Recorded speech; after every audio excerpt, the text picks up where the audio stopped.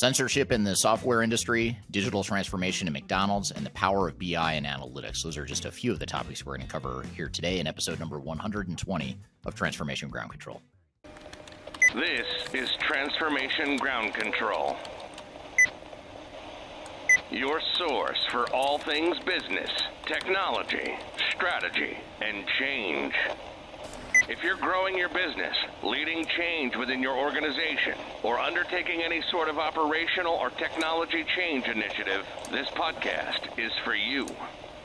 This show covers what you need to know about digital transformation, organizational change, operational improvement, and business growth. 5, 4, 3, 2, 1. And now, here's your host, Eric Kimberling.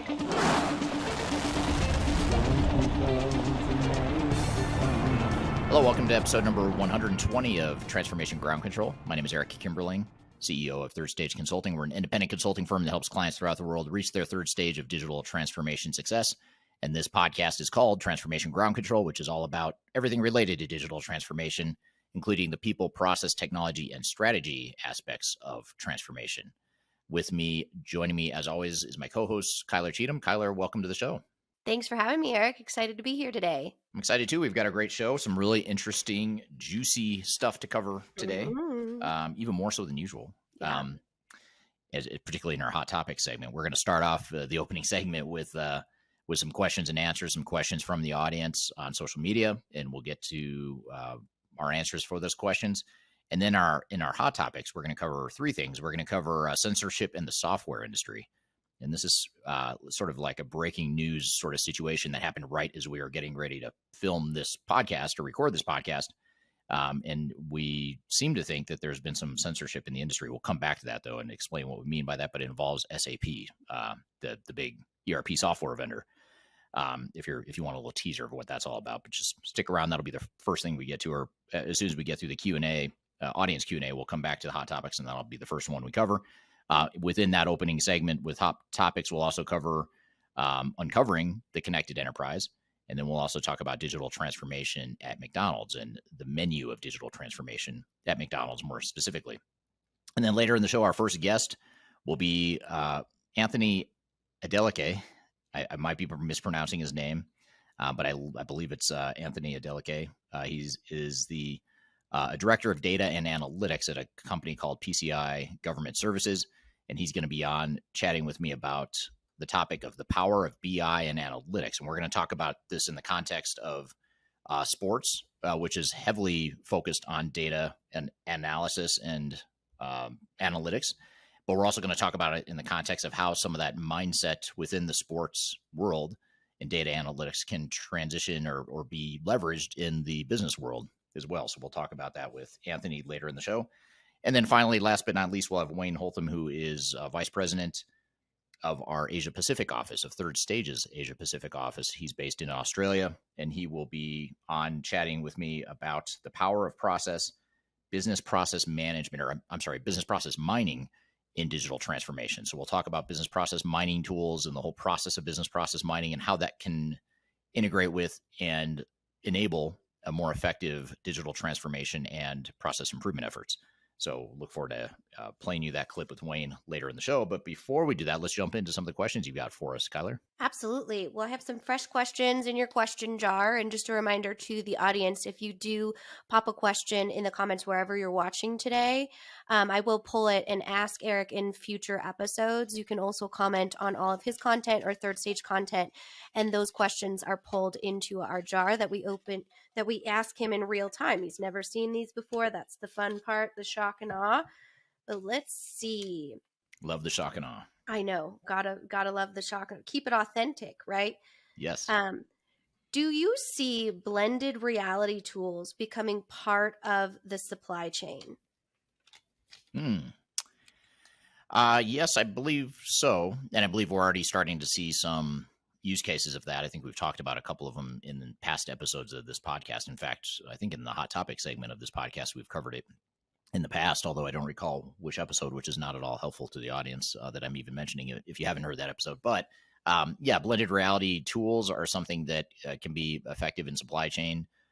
Anything really to do with manufacturing, distribution, warehousing, transportation, logistics, all that stuff. There's a lot of blended reality sorts of use cases. Although I will say it's still very much a bleeding edge technology, in my opinion. It's not something that has reached any sort of mainstream or widespread adoption within supply chain management. I think most organizations, at least the ones that hire us at third stage, are a lot less mature. They're nowhere close to that level of maturity to leveraging some sort of emerging technology that's that advanced, if that makes sense, and unproven, quite frankly. I mean, until you get that widespread and mainstream adoption, the benefits that you can get from that technology are somewhat limited. So I think there's a lot of barriers to getting to that level of adoption, but it is something that has a lot of potential, though.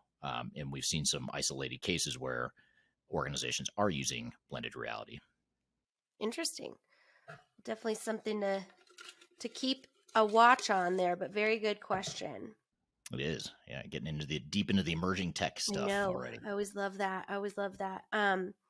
So what about the cost difference between best of breed and single ERP, especially when it comes to customizations? Yeah, that's a great question. And I recall seeing that question or comment on a social media channel somewhere, one of our channels.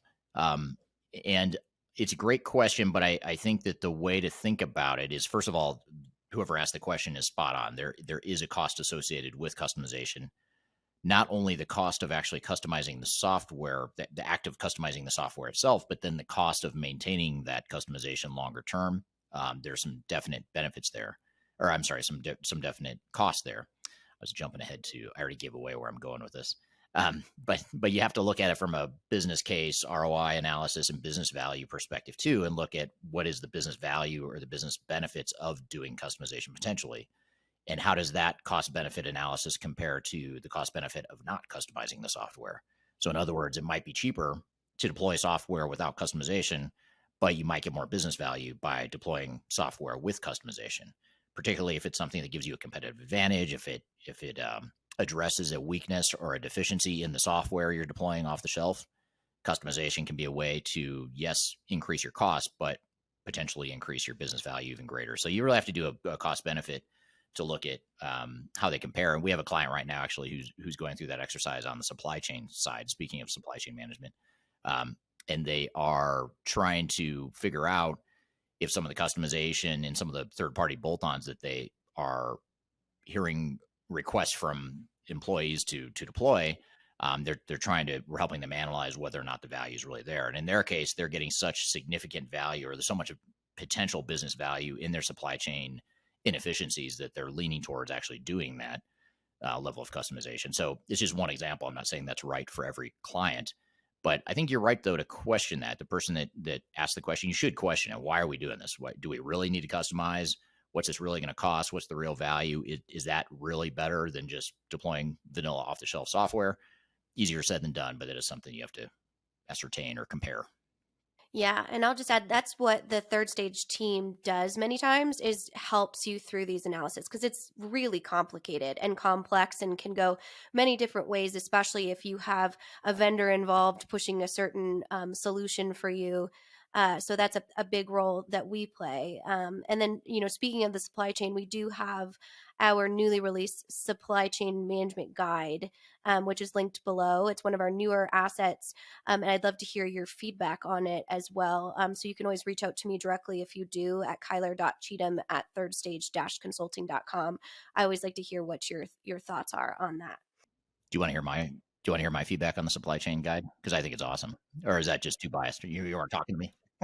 Oh, good. I'm glad you think it's awesome. It's your thought leadership. So we just if make there's it some pretty. bias to be heard on this episode, it's probably that the supply chain guide from Third Stage Consulting is awesome. Ooh, I've been waiting to get to this one for weeks. And this one's for the audience too, okay? Because it's a very controversial subject. So this is not a question, it's a comment, and I want your reaction to it. I think ChatGPT makes students lazy. Oh, is this the one This isn't the same comment about resumes, or that's a different. I think we covered No, that in the no, past that episode. that wasn't. I mean, which you could go into the ethics of HR and ChatGPT for hours, but I'm interested to hear from you in the audience. Does ChatGPT make students lazy? Yeah, I'd be curious to hear from the audience. Should I just wait and see what they say first? Yeah, right. No, but I think, my opinion is that it's hard for me to relate to it, I suppose, just because my kids aren't quite old enough to fully take advantage of ChatGPT, or at least use it to be quote unquote lazy. But I could see how that might be the case, especially, if you think about, like, if you back up, you look at calculators. Even when calculators were invented, you still learned how to do math. Like, you still, just to understand the logic of it, and they still teach that in school. Although the way they teach math now, it doesn't make any sense to me, which is weird, because helping my kids now with homework, I don't understand the way they teach it. But that's a whole other story.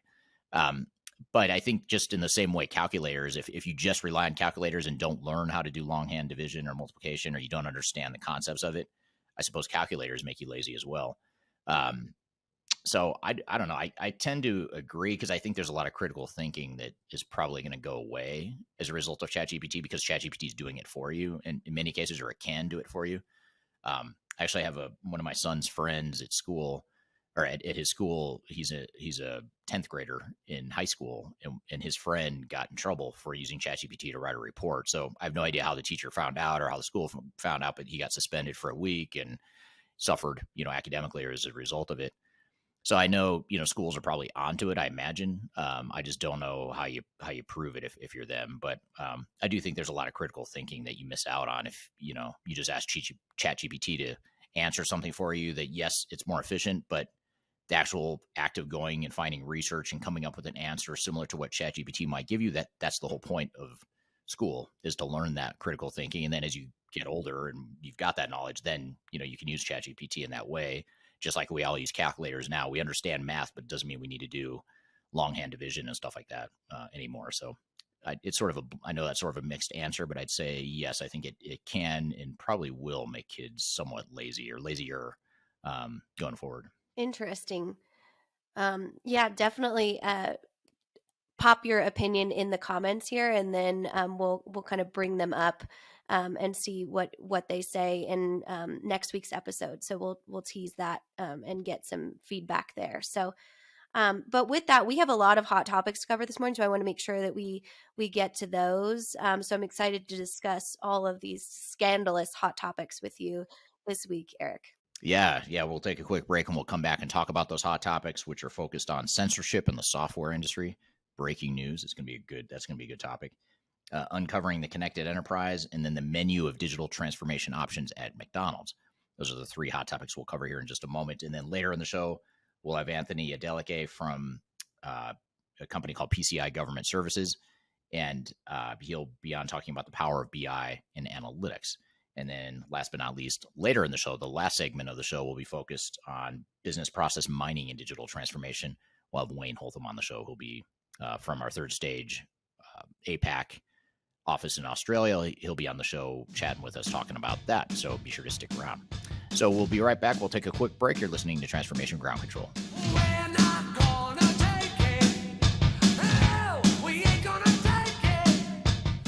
If you are involved in any sort of digital transformation or business change initiative, you will want to download the 2021 Digital Transformation Report. With its comprehensive overview of business and technology trends and best practices, this report is a must-have guide for any transformation project or executive team. Download this free report by visiting Third Stage Consulting at thirdstage-consulting.com. You can also visit our website to learn more about us, or download independent reports, videos, and other best practices. Again, visit thirdstage-consulting.com today to learn how to take your transformation to the third stage of success.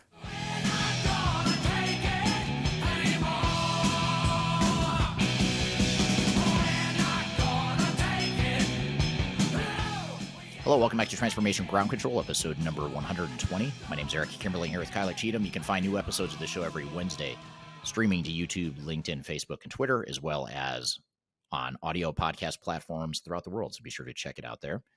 Thanks for joining today, and thanks for all your feedback and comments as we go through the episode. So, hot topics. What have you got for us, Kyler? You've got three of them that are pretty Yeah, meaty. I do. So since I am hungry and haven't had lunch yet, we're going to start with McBusiness, which is the menu of digital transformation at McDonald's specifically. So it's an interesting case study that showcases McDonald's kind of future digital self and what they've created around investments into kiosks, mobile apps, and technology that just drives customer changes to their overall operating model and business model of how they experience and interact with the brand. So it's interesting because this study actually compared it to in the 1940s. They went through a business transformation, which we call digital transformations more business transformations because they do affect the entire business.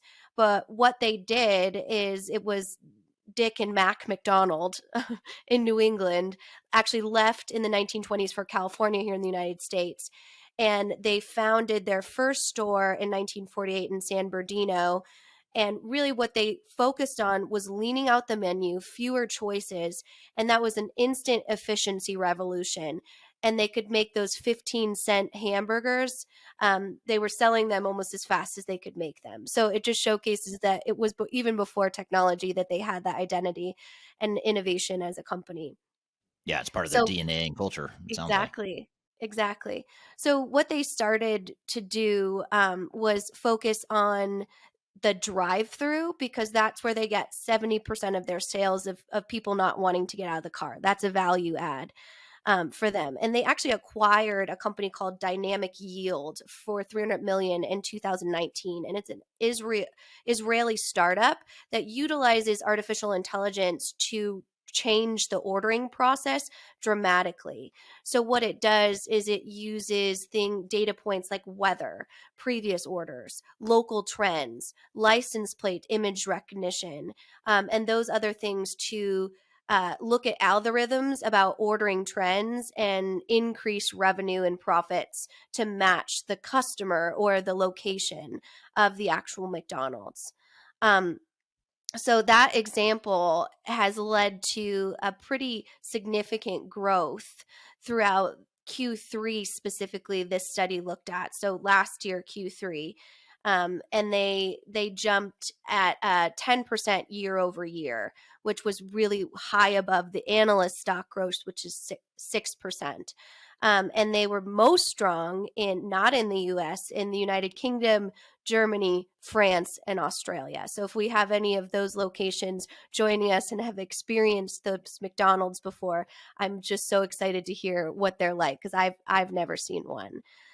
So that's just kind of a case study of utilizing a brand's overall innovation DNA from the 1940s to bring them into a high revenue growth through digital initiatives. So it's one thing I wanted to share with you and get your reaction to, Eric. Yeah, it's a great case study. I wasn't familiar or aware of this stuff, but it reminds me of a topic I believe we covered in last week's hot topics around the customer experience, either the last week or the week before.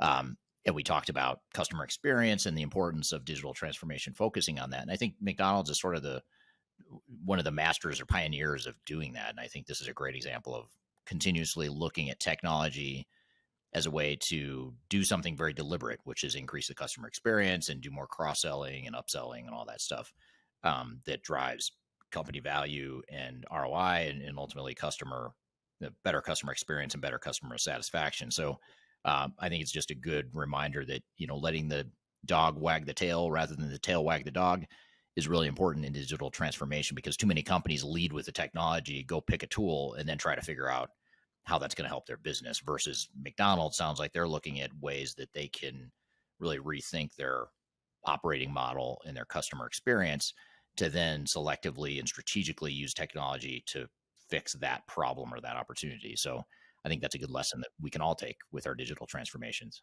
Yeah, and back to that supply chain guide that we just released, actually on your top global supply chain list, McDonald's is number 4. So if you want some more information about their innovation around that, definitely check out the link below and download that free asset Yeah, it talks about the as top well. 10 supply chains in the world, as well as the top 10 supply chain systems. And there's a lot of, I think there might be another top 10 list in there. So again, just showing my bias here. I mean, that supply chain guide is really awesome. I think everyone listening right now should definitely go download that.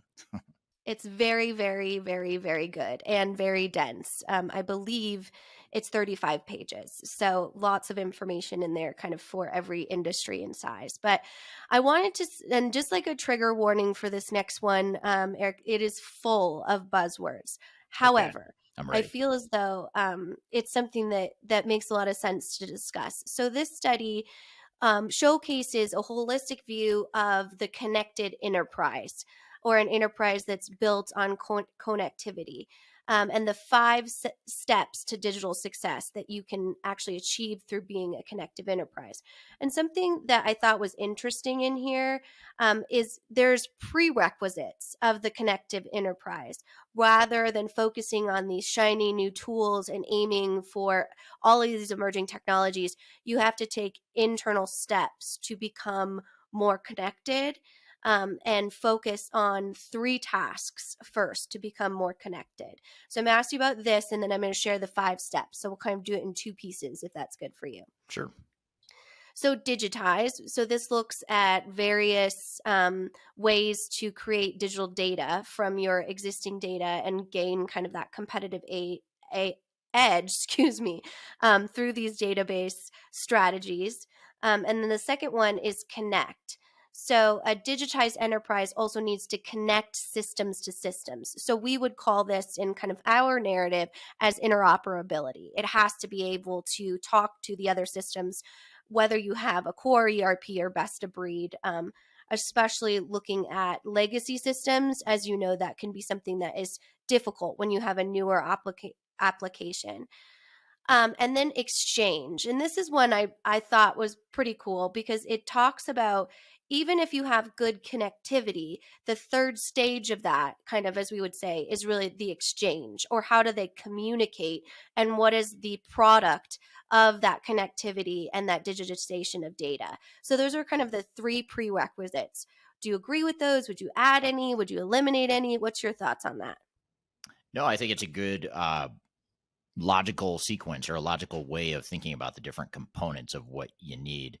And it also, if you follow those that you mentioned, or if you sort of stick with that sequence or those buckets of competencies, it forces you to really make sure that you're addressing that as part of your digital transformation, that you're addressing all the key components. So obviously technology through the digitization is maybe the most obvious one, but an example of one that may not be so obvious is connected, because a lot of times organizations think they're going to go find that silver bullet, that one massive ERP system that's just going to do everything for them. And they don't think about the connectivity or the interoperability between different systems. And inevitably, most, if not all, organizations end up with multiple systems, whether they like it or not, or whether they want to or not. By necessity, oftentimes they end up with multiple systems. And so ensuring that you've got that connectivity, the interoperability, the data flow, the consolidation of information and processes, all that stuff is important. But you only get that if you focus on the connectivity, as you mentioned. Absolutely. And this actually reminds me of a resource that you actually put together, which is kind of our digital strategy playbook. So we'll link that below too, because it has this really nice visualization of all of the different work streams that go into that framework that we actually utilize here at Third Stage. So if you haven't seen that, again, another free download, and that one's only 6 pages, so you won't have to do textbook reading for that one. But another kind of A lot easier right. to read. Yeah, it is, but still very, very valuable. So this study argues that those last 2 steps are kind of the superpower, they call it, of the connected enterprise. And one is automate. So expand the human potential by bringing in processes that automate the overall efficiencies. So looking at like RPA or low code, no code, to really enhance your technology platform to get the most out of it.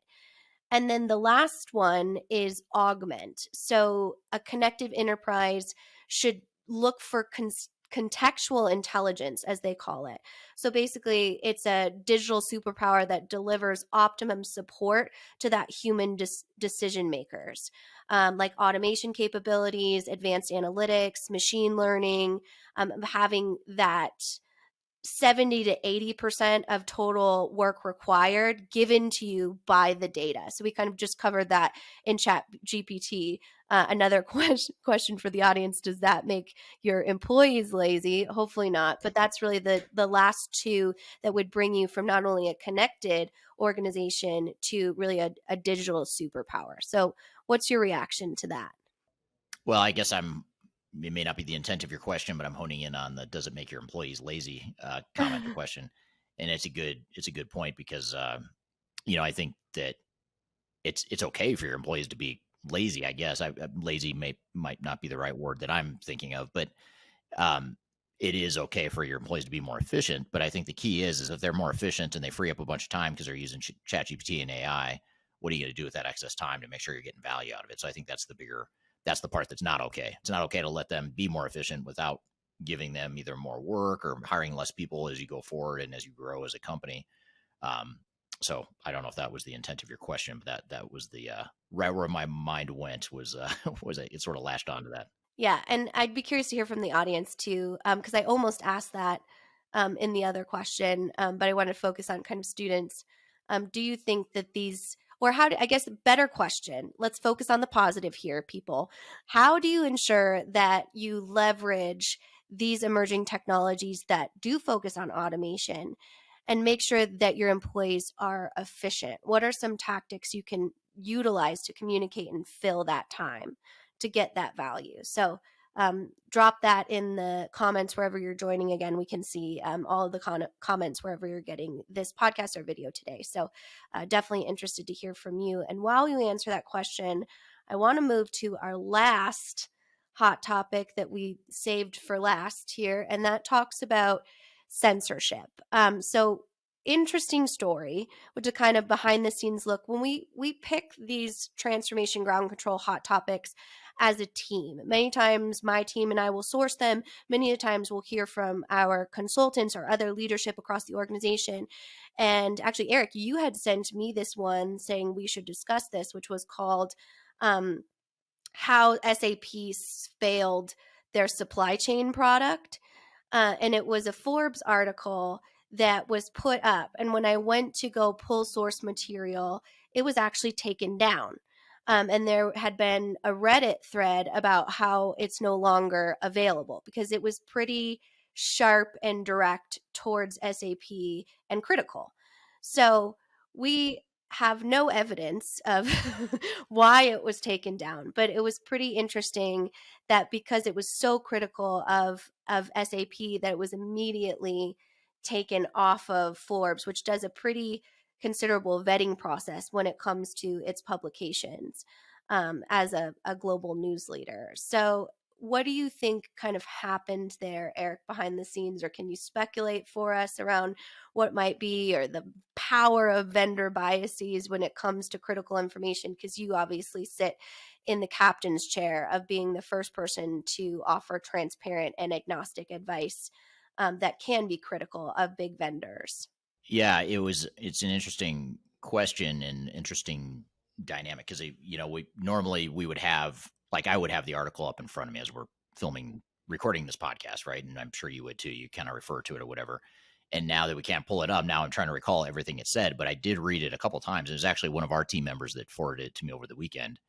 He sent me a text, said you should read this article, and I read it, and it's really good. And whether or not you agree with it, whether or not it's 100% grounded in fact or science, that's a whole nother debate for another time, I suppose. But it was basically put out. The article was written by someone who I believe is on Forbes Technology Council. And again, if I sound vague and I'm trying to guess and remember what it said, it's because I don't have the article anymore to look at. It's gone.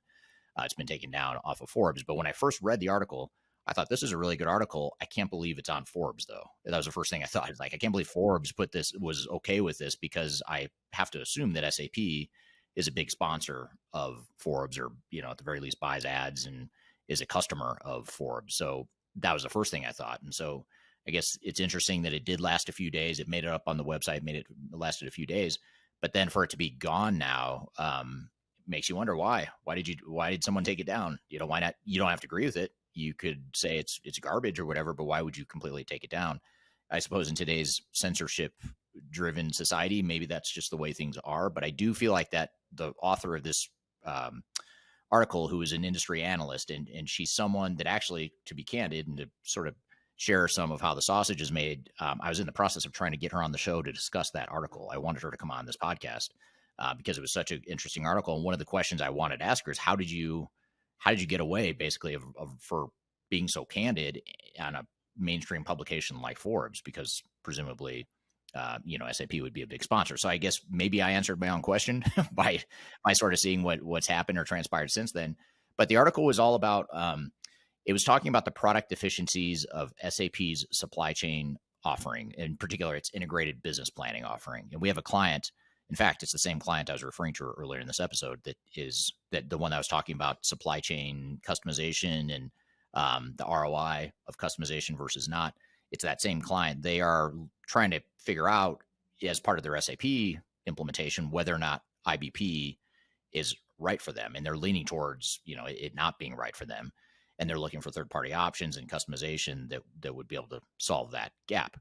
So I forwarded it to our team that's working on the project and said, you might want to share this with our client because this is pretty interesting. And anyway, so the article is about how IBP as a product is not as good at planning as other products out there. And I think she was comparing, if I remember correctly, she was comparing SAP IBP to other best of breed options. So other supply chain focused solutions. She didn't mention vendors by name, I don't believe. She didn't mention Manhattan or JDA, Blue Yonder. I don't think she mentioned those vendors by name, but I got the impression that's who she was talking about, or these other supply chain software vendors that do better planning on the supply chain side than SAP. But then she goes on to analyze why this is. Why can SAP sell so much software, in particular in supply chain management, when the product is inferior, was sort of what she was saying.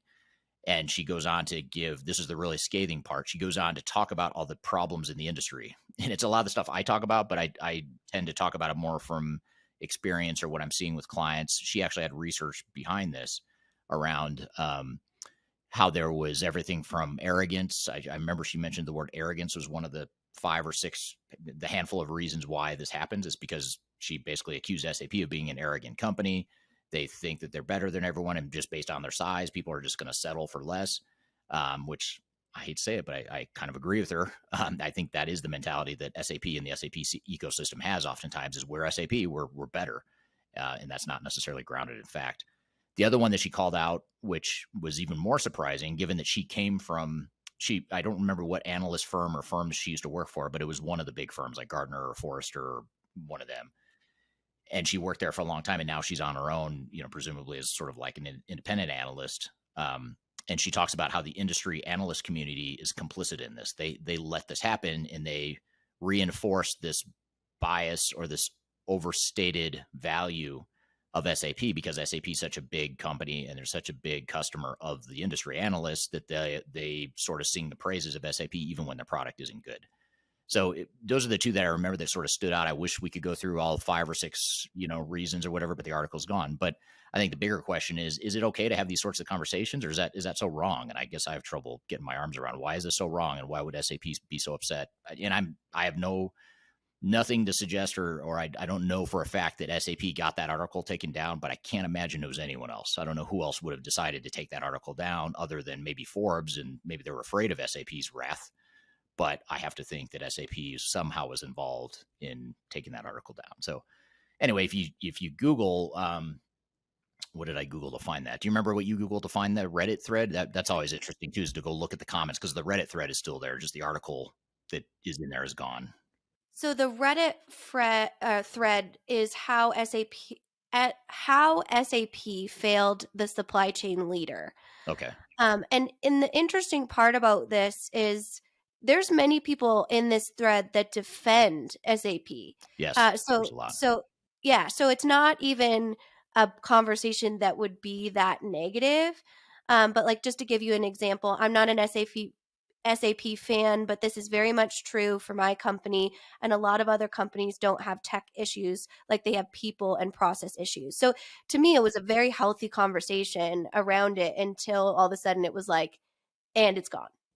Right. And then you have people being like, even in a global other languages, I had to do some Google translating in there to figure out like what other people are saying. Um, but I mean, it's a very mysterious situation. So I need to hear the reaction from the audience to see what do you think happened, because so many of our conversations can be critical of SAP, but can also, we have a lot of user base in SAP, a lot of clients that utilize SAP. So it'd be really interesting to hear what you kind of thought happened there with that. So a very, very interesting development. So I have a business idea for people listening that might want to start a business, and if they're interested in technology and digital transformation, is start an independent analyst firm that takes absolutely no money from software vendors, sort of like what Third Stage is on. We take absolutely no money from the software vendors, so we have no, I don't want to say there's no consequences, because vendors do get mad at us sometimes. I think we're good at sort of smoothing things over and sort of uh, preserving or maintaining informal relationships with the vendors, but we do not take any sort of mission or commission from them. And the only money we make is off of our clients and YouTube ads, by the way. That's the only other thing I'll say. So I guess technically a vendor could have a YouTube ad on my channel, and, maybe I'm making some money off it, but I don't know who they are because I don't see who the advertisers are. So anyway, my point is, if you start an independent analyst firm and all you do is just charge your end customers for your content and your research and don't take any sort of money from the software vendors, I'd be curious to see, A, if there's a niche for that, and B, how that might change the conversation. Because I think this woman that wrote this article was onto something. I think, you don't have to agree with her, but I think she's onto something to really challenge it. Like, why is this happening in the industry? And we have to look at the dark side of the industry if we're going to navigate our own transformation successfully. That's what's in the best interest of the industry. It's not in the best interest to hide it and say, you're wrong, we're taking the article down, it doesn't make us look good. And even for Forbes to do that, I blame Forbes just as much as I blame SAP, if not more, because Forbes is ultimately the one that probably chose to have it taken down. And who knows whether she violated editorial guidelines or whatever. I don't know. There might be more to it that I'm not aware of, but I do think that there's a opportunity in the industry for an industry analyst firm. So that's my free consulting advice for anyone interested in starting a business right now. That's valuable advice, because aren't you like $1,000 an hour or something usually, or? Not quite, but it's about half that. Yeah, right. Well, good. Well, I know we have a lot of other information to get to in this episode. It's very fun yet very tactically dense. That we're gonna go through a lot of additional data and business process mining content as well. So I'm just excited to get to the rest of this. I would definitely recommend joining with a paper and pen and look at all of those supporting links down there, because we kind of offer those as something you can distribute through your network or have as additional resources. Yeah, absolutely. And we're excited for this next conversation. And we've talked about BI and analytics on the show before, but we haven't done so in the context of sports. And one of the movies that I think is a great movie, especially if you like sports and data, which I don't know if that makes me nerdy or what, but I'll take it, whatever it is. But if you like sports and data, a great movie out there is called Moneyball.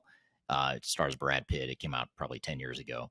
And it's about the analytics behind sports and how this person, I think it's based on a true story. Brad Pitt plays a guy that's all into analytics and trying to predict what makes a great athlete or a winning team, all that stuff. So I thought it'd be fun to talk to our guest, who is also very much into sports and data, talk to him from the perspective of sports and how BI and analytics is used and can be used in the sports industry, but also then shift gears and talk about the business world as well. So try to make it fun and digestible in that way. So we're going to have Anthony Adeleke on the show here in just a moment. And he's a director of data analytics at the firm he works for. We're going to take a quick break and we'll be back with him. And also later in the show, as you mentioned, Kyler, we'll have Wayne Holtam, who will be the guest after Anthony, who's going to be on talking about the power of process, business process management, or I did it again. It's not business process management. It's business process mining, which is very specific. It's a part of business process management. business process management and digital transformation. So we'll have that in our last segment later in the show. So in the meantime, we'll take a quick break. You're listening to Transformation Ground Control.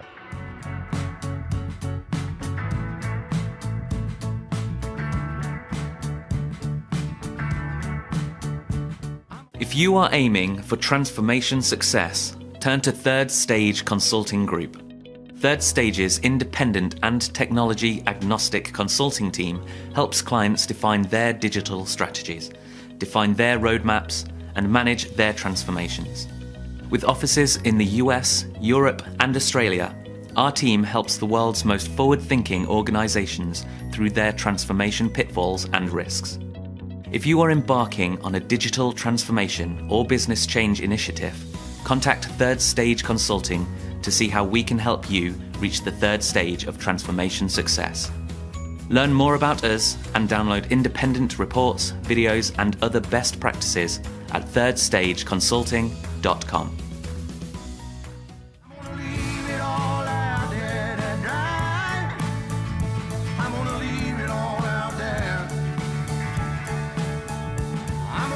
Hello, welcome back to Transformation Ground Control, episode number 120. My name is Eric Kimberling with Kyler Cheatham, my co-host. We're both from Third Stage Consulting, and we publish podcasts every Wednesday on YouTube, LinkedIn, Facebook, and Twitter. You can find it streaming every Wednesday morning, U.S. time, afternoon in Africa and Europe, and evening in Asia Pacific. And you can also find us on audio podcast platforms throughout the world. So I'm excited for our next guest, Anthony Adeleke, who is the Director of Data Analytics at a company called PCI Government Services based in the United States. And I thought it'd be great to have him on the show to talk about analytics and business intelligence, not just in the business world, but maybe to start off, we want to sort of dive into some content that he's passionate about that looks at trends and predictive analytics in the world of sports. In fact, this is how I found Anthony. I didn't know who he was until I found him on TikTok. I think I was just doing research, or I might have been flipping through TikTok randomly one day, and I kept seeing his content show up in my feed, and he would do this really cool data analysis of what is the biggest predictor of success in the NFL, the American football draft, for example. He had another video I came across that talks about how the stature and the build of 100-meter sprinters, Olympic sprinters, have changed in recent decades, and he talks about the data behind that.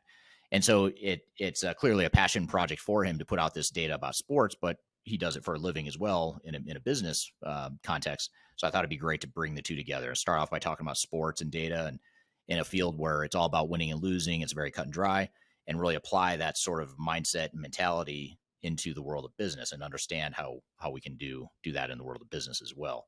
So with all that being said, Anthony, welcome to the show. Thank you. Pleasure is mine. So excited for today's conversation. This is a totally different conversation than I've done before on these live streams. And you and I have been sort of talking about this for months now, about having you on the show and what kind of topics and threads we could talk about and questions I could ask you. So appreciate you being here. But before I dive into some of these questions about BI and analytics, maybe just tell us a little bit about you and your background. Okay, sure. My name is Anthony Adeleke. I am the Director of Data Analytics for PCI Government Services, which is a government consulting organization here in the DC area. Specifically, we're in Reston. Some of you might know that Reston is the Silicon Valley of the East Coast. I have been there for about 3 years now. So far, so good. And I've really helped grow their data analytics practice and some of their data analytics projects. I like to think of my career in data analytics as a series of very fortunate accidents. If you were predicted to me, if you had told me 5 years ago that I would be, a Power BI expert and teaching people, I would have said, "What? What are you talking about?" But a lot of very fortunate, interesting things happened to my career, and sometimes your career is just about being in the right place at the right time, being part of this data explosion that we're going through right now. We'll talk about that more in the we'll talk about what's going on in the government world. I'm enjoying the wild ride, but it's really been a lot of fun. Like I said, I live in Washington, D.C. I have my wife and I'll say 1.8 children because I'm about 2 months away from being a dad to a second kid. Cool. Congratulations. Thank you. And I have my Oh, she's right behind me. My 12-year-old dog. So she's been a great one. So you've got a full house there. It sounds like A very full house.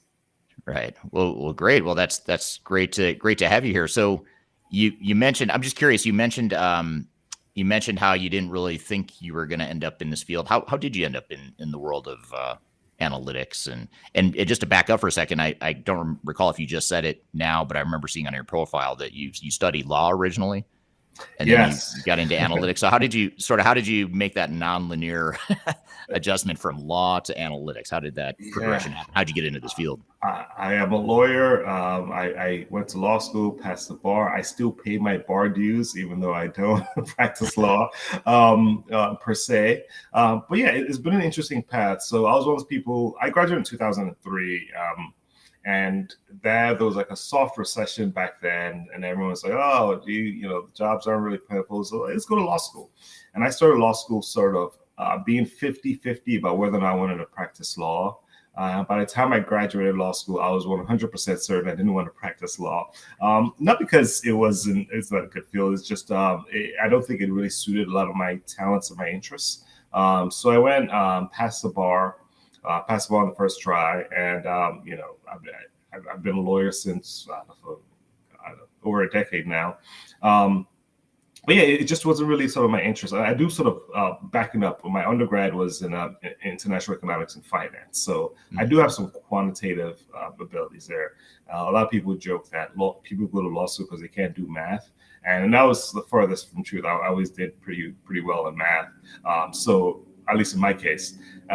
So I think I sort of found some of the practice of law a little bit hard for me to swallow because, in math, there is an answer in most cases. In law, there's either the typical answer in law is it depends, Right. So I think conceptually it was just not really some of my interest. Again, most of my friends are lawyers. It's a great field. It just wasn't for me. But after law school, I went into consulting, and I was always in consulting, usually some sort of financial consulting. I worked primarily for government agencies or supporting government agencies in the DC area. And after doing that for a few years, I actually worked specifically more in the procurement space. So there was some bleed over of law, making contracts, but also sort of analyzing the financial implications of those contracts, making sure the government is buying the right tools at the right price and helping them evaluate those types of things. Then I went and got an MBA from University of Maryland, College Park, which is one of the, I'm proud to say one of the top better schools in the United States. And I think that really solidified my move into data analytics. Very cool. Yeah, that's a cool, like many of us, a cool story of how you sort of stumbled into something that played to your strengths, but wasn't necessarily part of the master plan from the start. It's very interesting. Exactly. Yeah. So I guess as we dive into it, then, for those of us joining here today that maybe don't have a deep background in business intelligence or analytics, maybe could you give us just a basic sort of a layman's overview of what exactly business intelligence and analytics are? Sure. I'll sort of dissect those two things. Business intelligence and business analytics are related, but one is a subset of another. So business intelligence essentially just refers to the technologies, processes, and strategies used by organizations to collect their data so that it can now turn into informed business decisions. So an example might be for a coffee shop. They want to know, first of all, things like how much are we selling on a daily basis? When are we selling them? What is the profile of our customers? Okay, so you sort of collect all those information, and then the next step is when you start actually analyzing the data. And analysis can take many different forms, but if I would say the analytics side is when that refers to the presenting of data in a way that helps your business understand your performance, identify trends, and then help you make better data-driven decisions. Right. Yeah. Very good. And it's an interesting arena or domain just because so many organizations have had decades now of automation and some sort of digitalization of their processes to be able to capture this data. So now you finally have these powerful tools that if you do it right, you can actually make sense of some of that data that you've been accumulating or hoarding, depending on how you look at it as an organization over decades. Yeah, there's so many organizations that have so much untapped data at their disposal, and I think that's what makes this field and time very exciting, because I think people are really starting to understand the power of data and how it can help transform your business essentially. Yeah, absolutely. So just turning to our audience here, just giving a quick shout out to people joining here live. We've got Ryan from Denver. Thanks for being here, Ryan. James from Hereford, UK. Caesar from Mexico. Precious from London, England. Mohammed from Iran. I'll call him Bon because I can't pronounce his full name, but Bon from Hellebrunn, Germany. I've got someone from Alberta, Canada. Bloomfield, Connecticut. India, Alberta, North Carolina, Daytona Beach, Florida, UAE, a lot of different places here. So thanks for joining throughout the world today. Glad to have you all here. And as I mentioned before, if you have questions as we go here, please feel free to drop those in the chat at any point, and I'll start pulling from the audience questions here in just a couple moments. So you've given us that overview of BI and analytics and sort of how you got into this field. And what I thought we'd do today is I thought it'd be an interesting contrast, if you will, to talk about sports and how analytics play such a big role in sports. And what's fascinating about sports is not only is it entertaining to watch, and a lot of us are interested in sports, and maybe even more so than business, but watching and talking about data in the context of sports is super fascinating because it's cut and dry. Either you're winning or losing, and it's very clear whether or not your data analytics are working, or if you're making the best use of it. And then I want to dive into that first, and then I want to shift gears and talk about your role, sort of your day job, doing business analytics or analytics and BI within the world of government, which in some cases you could see as sort of the other side of the spectrum, which is, it's not a clear-cut winning and losing sort of proposition. It's not a clear-cut profit motive like you might have in the public sector, in the private sector. So it'd be kind of interesting to talk through that contrast and figure that if government can find ways to leverage some of the sports stuff that we're going to talk about, then chances are pretty high that most organizations can leverage BI and analytics in a similar way. So before I get into that latter part of it, though, I mentioned before too how I found you on TikTok, and you have some really cool videos that dive into the analytics of different sports things. Like the one I just saw last night or yesterday when I was preparing for today was one about track and field, and how the stature or the physical build and the physical attributes of sprinters have evolved and changed over the years. You have another series, and yet a bunch of them that you have. In the way I first found you was some of the ones that you have around the NFL or the National Football League, which is American football if you're not in the U.S. or don't know what the NFL is.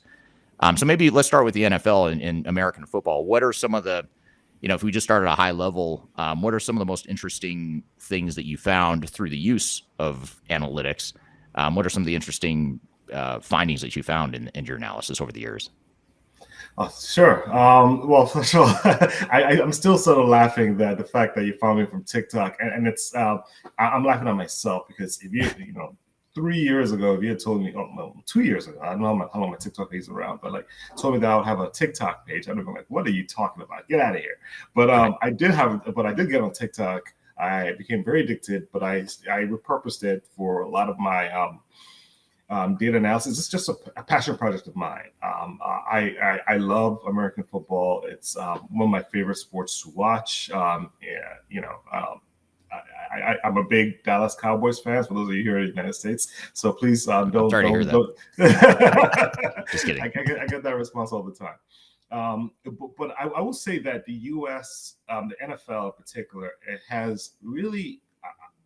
I don't think there's any other league anywhere in the world that uses data, harnesses data as much as the NFL does. And everything they do is everything is measured, So a lot of my videos that you saw centered around what's called the NFL Combine. And the NFL Combine is essentially a place where all the players come in from the U.S. universities where they play, which essentially is, for lack of a better word, a farm system for the NFL. So all the players playing in college, and then those that are deemed good enough are invited to the Combine to showcase their talents, because there is a big difference between being really good in college or excelling in a certain system and being able to go to the play in the National Football League. So the National Football League has this whole exercise where people go in and they are tested on a whole series of different tests, different physical exercises. Everything from the 40, which is see how fast they can run a 40-yard dash, to how high they can jump vertically, how far they can jump horizontally. That's called the broad jump. And also how many times they can bench press and do some agility drills. And I don't know any other sports league that has that kind of organization and thought process behind how they choose players. I think a lot of the other teams, a lot of the leagues, I'm also a big English Premier League guy. They sort of just look at kids growing up and see how they play and then decide who's going to be on the team. But the NFL does a lot more than that. Not only do they watch them for copious amounts of tape and analyze their college stats, but also come in and physically test them. And oftentimes what you find is that there are people who are maybe were marginal players in the university system. Based on the tests, they're now one of the first few selected, and vice versa. You see a guy who's very productive in a controlled setting, which is university, but they either are selected very late or not at all because they didn't meet some of the different physical tests. And in terms of key insights that I found, this is something that can be translated to business as well. Is there are a lot of things that we consider are important, but aren't really as important in the bigger scheme of things. There might be other things that actually are bigger indicators of success. And a key example might be the 40-yard dash. So one of the things that everyone cares about is how fast can the player run, 40-yard dash from basically being in the starting position to the end. And that gets a lot of discussion. Oh man, this guy's so fast. He runs a 4.3, he runs 4.3. And people think that your speed actually dictates what kind of football player will be. But my data actually found that that's not always the case. That the best predictor of what kind of player would be is how far you can jump, your broad jump. Yeah, I mean, a lot of people don't think about that, but what it shows is your explosiveness, your leg strength. So there are a lot of things that are sexy stats that you really, when you sort of take away, you peel back the onion, they're not always that. They're not always related to your final goal. I mean, oftentimes what you do find is that people who are very fast also have the ability to jump high. But if you have to choose one, you jump high or far, but you want to go with person who has more jumping ability than just raw speed, because this is the NFL. You have 11 players on the team. Nobody just runs in a straight line. I mean, you don't have that ability. Sometimes you're gonna have to run into people, run around people. So that negates your usefulness of your 40 time. So that's just one example that I found, and it's just something that it's been a passion project of mine. I love the NFL draft. The NFL Combine is probably one of my favorite TV activities, and luckily there's a lot of data out there, and I can, analyze it and create cool dashboards around it. Yeah, absolutely.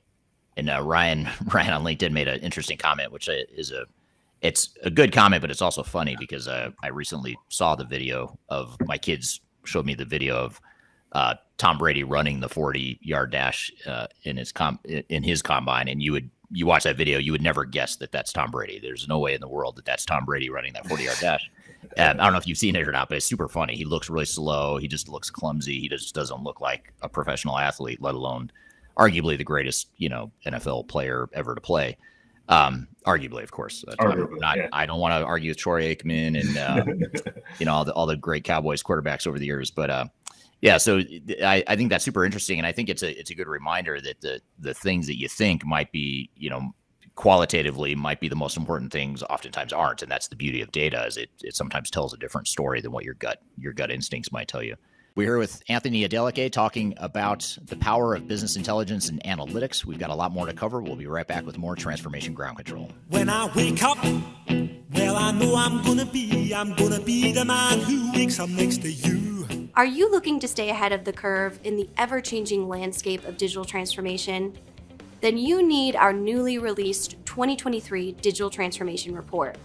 This comprehensive report covers the latest trends, technologies, and strategies to ensure your digital transformation is optimized for success.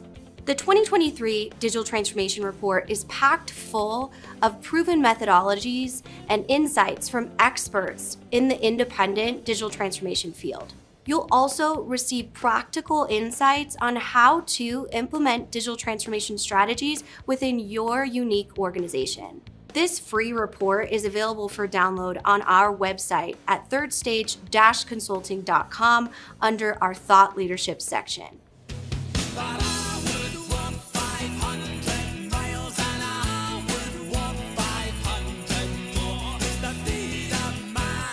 Hello, welcome back to Transformation Ground Control, episode number 120. You can find new episodes of this show streaming to LinkedIn, Facebook, and Twitter on Wednesdays. You can also find audio podcast platforms carrying this show every Wednesday as well. So be sure to check us out and subscribe to the channel or to the show if you don't already.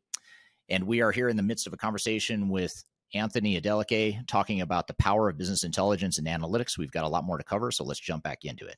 And this is a true, this is a comment or a question that applies to sports and to just organizational management and leadership in general. But what about the chemistry? How do you, you've got these measurable attributes that you focus on in your analysis. Do you ever look at things that are harder to measure? Like, a lot of times the NFL or any professional sports team, it's hard to create that chemistry. You've got great individual players, but that doesn't necessarily mean that that's going to be a great team. And are there sort of those, I hate to say qualitative because that negates the whole point of today's conversation. We're talking about quantifiable stuff, but do you, is that something you ever look at? Yeah, I mean, that's really hard to incorporate. Yeah, I mean, my belief is if it can be measured, then, maybe you shouldn't take into consideration. And I do understand that, there are always some intangibles, there are lots of players who test off the charts that, don't always do well, et cetera. And some of it might just be a function of, scheme. This person is good, but is this person playing to the strengths of your scheme? When people say chemistry, some of it is just being able to identify where to best deploy people, So I would love to be able to do some of that, sentiment analysis, I guess, about how to incorporate some of the intangibles. I mean, that's where coaching matters. I think you probably want to spend more time on who is going to be the coach rather than looking at some things like chemistry, because a good coach sort of does a better job of being able to change the dynamic of the team. That's a good point. That's not really up to the individual players necessarily to create that culture or to create that chemistry. It's the leader or the coach, in an organization or on a professional team. That's a good point. So in addition to the broad jump, the importance of the broad jump and the lesser importance than we might think of the 40-yard dash, what are some other findings that you've found as we talk about American football, since we're on that topic? And then I'll shift gears and ask you some questions about track and field as well and some of the analysis you've done there. But are there other interesting findings that you've seen over the years or in your analysis of these different data sets? Yeah, sure. So I ended up creating this dashboard, and I'll see if I can share my screen here. Sure. And this you might follow this under the tool of being saying duh, but height is one of the biggest predictors of whether or not you're going to be drafted, and also your long-term success in the league. I mean, it's I hate to say it, sorry, but there is a certain obviously excess height doesn't really help you, but there is a certain height range, typically anywhere from 6 foot to about 6'4" is the sweet spot of where you want people to be. Anything bigger than that, anything higher than that is you start to negate athletic ability, and that's some things that I found, and that is across a lot of different positions. I created this thing called NFL Reality Check. Basically, what are the odds of you being drafted based on certain measurables? And this obviously is very different for all the different positions. So if I want to play what I played when I was in college, which is if I want to play say linebacker, but if I start changing these attributes here, you see here somewhere between 7 inches and 75 inches.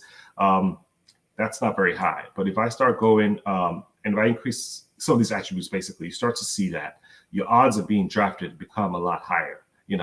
This might not seem like a lot, but if you have a 14% chance of being drafted, and this is considering the whole basket of players who get invited to the combine. That's pretty good, That is. So that's 10. And keep in mind, the people that get invited to the combine are the elite of the elite of the elite at college athletes. So they come in, but if you start seeing some of these different attributes, like if you, if you run a 4.42 as a linebacker, you're definitely getting drafted, and if you're within this height range.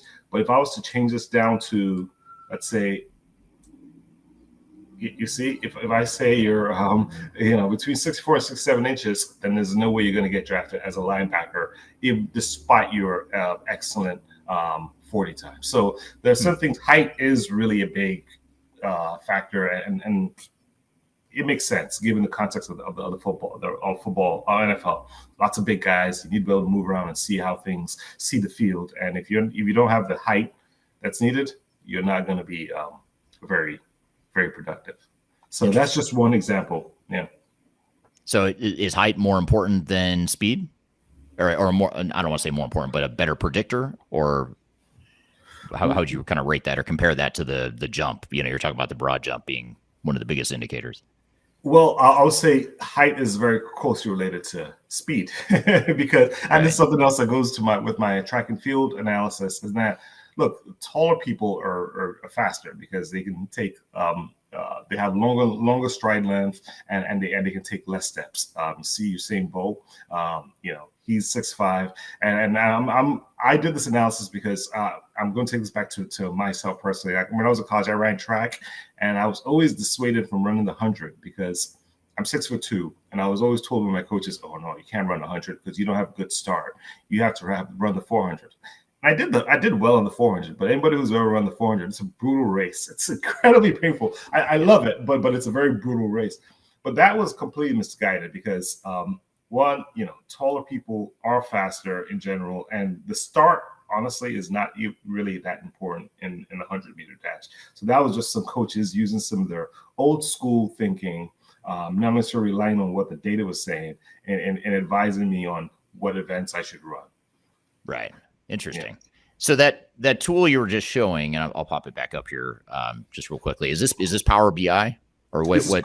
This is Power BI. Yes, this is a Power BI web service, and I create these little toggles here that show so players can use, anybody can use it and go in and analyze what their odds of being drafted are based on different attributes. Okay. And what are the sources of data that you use as inputs here? Like, is it public information, or are you having to manually go kind of capture this data based on what you see? I mean, it's public. I get it from a variety of data sources. Then I do a join in Excel. Then I get them all in Excel. Then I use the for those of us who are Excel quants here, use an X lookup using the prospect's name as a unique identifier, and then I join all the data into one big spreadsheet and then collect it over the years. Okay. Very cool. So it goes to show that, this is information that it isn't your data that you're capturing internally or, with yourself. You're sort of going to other data sources to consolidate this data. So that's a pretty cool reminder that there's a lot you can do with data, not only that you have internally, but third-party sources as well. If you have a tool like Power BI, that a business intelligence tool that allows you to sort of slice and dice and analyze that information. 100%. Very, very cool. Now, what about track and field? What are some of the findings there that you found in the world of track and field? Very interesting. So, over the years, and I talked about this a little bit. Over the years, if you start to analyze the 100-meter Olympic runners, two things are happening. They're getting taller and they're getting bigger. And which sort of defies, you might defy logic, right? Okay, like how can somebody be taller and bigger but still be fast? How can people be taller and bigger and still be faster? Well, there may be a couple of things.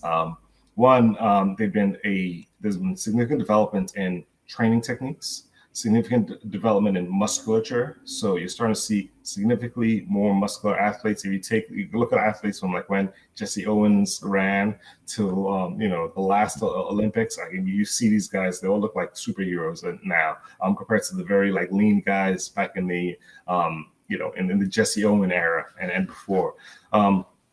So people look very different now. And another thing too that I found is, and I actually tested this on myself because I still run in the masters competition. So I run, competitively, and I noticed for a while that I was getting heavier, but my times were getting better. And I was like, what's going on here? And really, it's not so much about weight. It's really more about body fat. So body fat is actually one of the bigger predictors. So that's one of those things that you might think, if somebody is getting bigger, no, there's no way they could be faster. But if they're getting bigger, still moving well, and they have the same or less body fat, they are going to, all things being equal, they're going to be faster. So, it's just one of those things where, like, if you do the data, sometimes you have to do a deeper dive into your data to really understand what are some of the contributing factors in that are changing, that's producing a certain outcome. I can't just say, hey, look, just go keep lifting weights, get big, get muscular. But if that's affecting your body fat percentage, then you're not going to get faster. Right. Yeah, that's interesting. And it is in some ways counterintuitive because I would have assumed shorter, smaller, more nimble, that's going to be better. But now that you describe it and explain it, what the data shows, that also makes sense, that more muscle mass, less fat, bigger size, more explosiveness, that I assume that translates into more strength and explosiveness that would make you faster too. Exactly. To have more muscle endurance, so they don't get as tired as the smaller guys who are less muscled. So a whole series of factors. Right. That's very interesting. Now, so these are some of your findings from the world of sports, and again, it's in some ways easier for us to get our heads around some of this data because you can look at the results and know, is my team good? Is that player good? Are they winning or losing? It's a little bit more of a black and white, cut and dry sort of proposition. But your day job is doing this sort of data analysis and using BI tools for government entities. So, and in my mind, maybe I'm wrong, and maybe you have data to refute what I'm saying here, but it feels like in the government space, it's sort of like the other extreme, which is it's not as cut and dry whether or not you're quote unquote winning or succeeding in government. So what are some examples of ways that you see your clients and that you train your clients in the government and public sector to use data and to maybe have that sort of mentality or more of that mentality that sports franchises might have? Gotcha. Well, it's not all on me. I'm going to take it a few years back, and there actually has been a big push within the government to actually start making better use of data and also start making essentially data-driven decisions. Because I just told you the example, you just gave a good example where you might have an organization where somebody in the organization is an expert at something, and they go back to them and they say, hey, what do you think about this potential strategy we're trying to execute? And he or she, I'll just call him Charlie in this case, Charlie goes back to his old well of knowledge and does the exact same thing he's doing for the last 20, 30 years and says, oh, well, we should probably employ this strategy. But in reality, the data might not support that. I gave the example of, my coach is telling me that I couldn't run the 100 meters because shorter athletes were better, but the data doesn't support that. They just thought that was something that they intuitively knew, but sometimes you have to go to the actual data. What does the data say, and can that support it? Can it be supported?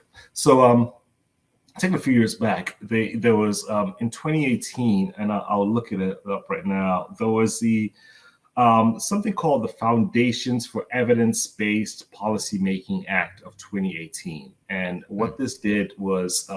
And it was enacted by the U.S. Congress, and it essentially created the chief data officer role within the federal government. So there is actually now a role of the chief data officer, and it's the responsibility for he or she to make sure that the federal government is tapping into their data and being able to make the best decisions. And if you start looking at any of the strategic plans, fast forward a few years, start looking at any of the strategic plans for any government agency. I dare you just look it up. Like, let's start from 2022. You're going to see you're going to see the word data show up a few times. You're going to see data decisions, data decision making, data analytics, data analysis. All those words are going to start showing up, and there really has been a big effort to ensure that the U.S. government is making better data-driven decisions. For example, another example is if you go on USA Jobs, which is the government platform for how people can apply to work for the U.S. government. I remember in 2018 when I first started with Power BI. I went in there and I typed in the word Power BI, and nothing came up. I typed in Tableau, nothing came up. Now, fast forward a few years, there are hundreds of jobs that have Power BI and Tableau, and those are the two biggest movers in the data visualization industry. You're going to see lots of jobs there. So there really has been a concerted effort within the federal government to start making use of all the data that they have. Let me talk about my role. So what I do is I work primarily. Well, I was going to say I work primarily in the procurement space, but that's not true. I support a couple of other contracts, but I help government agencies basically present their information in Microsoft Power BI.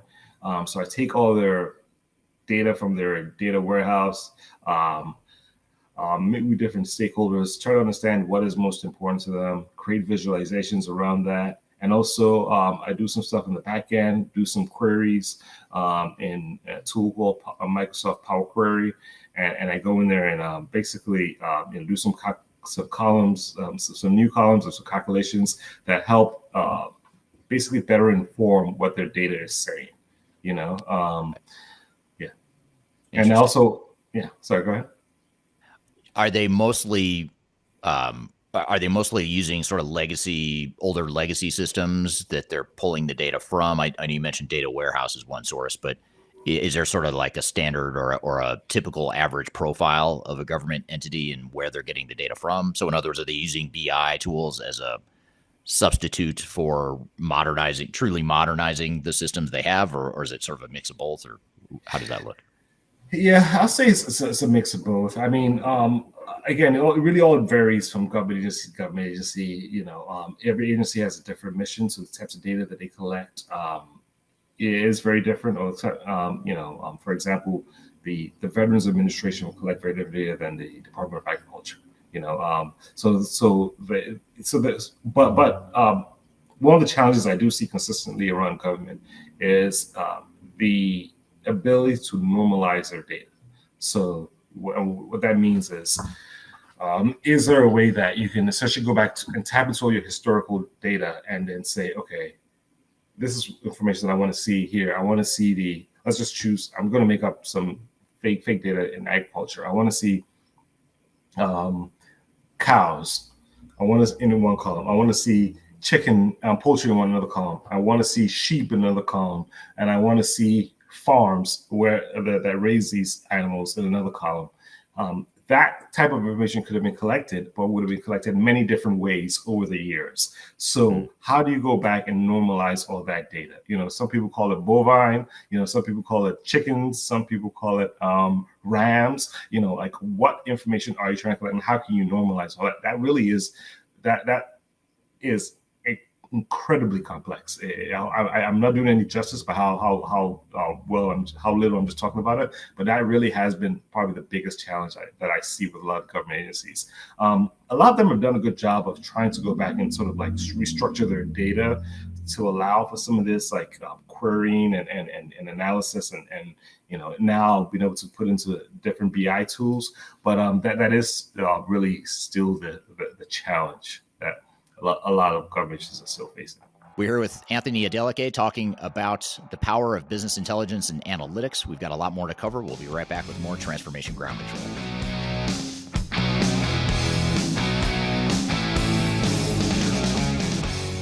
Interested in working for a company that truly values your unique skills and experience? Here at Third Stage, we don't hire based on resumes alone. We look at the full candidate, experience, and willingness to provide excellent service for our clients. Within a technology, independent, and agnostic consulting firm, you have the opportunity to learn across industries with a diverse group of clients. Our consultants also have the opportunity to diversify their portfolio and learn across technology systems. If you're interested in joining a high-growth entrepreneurial organization, please reach out to us at work@thirdstage-consulting.com.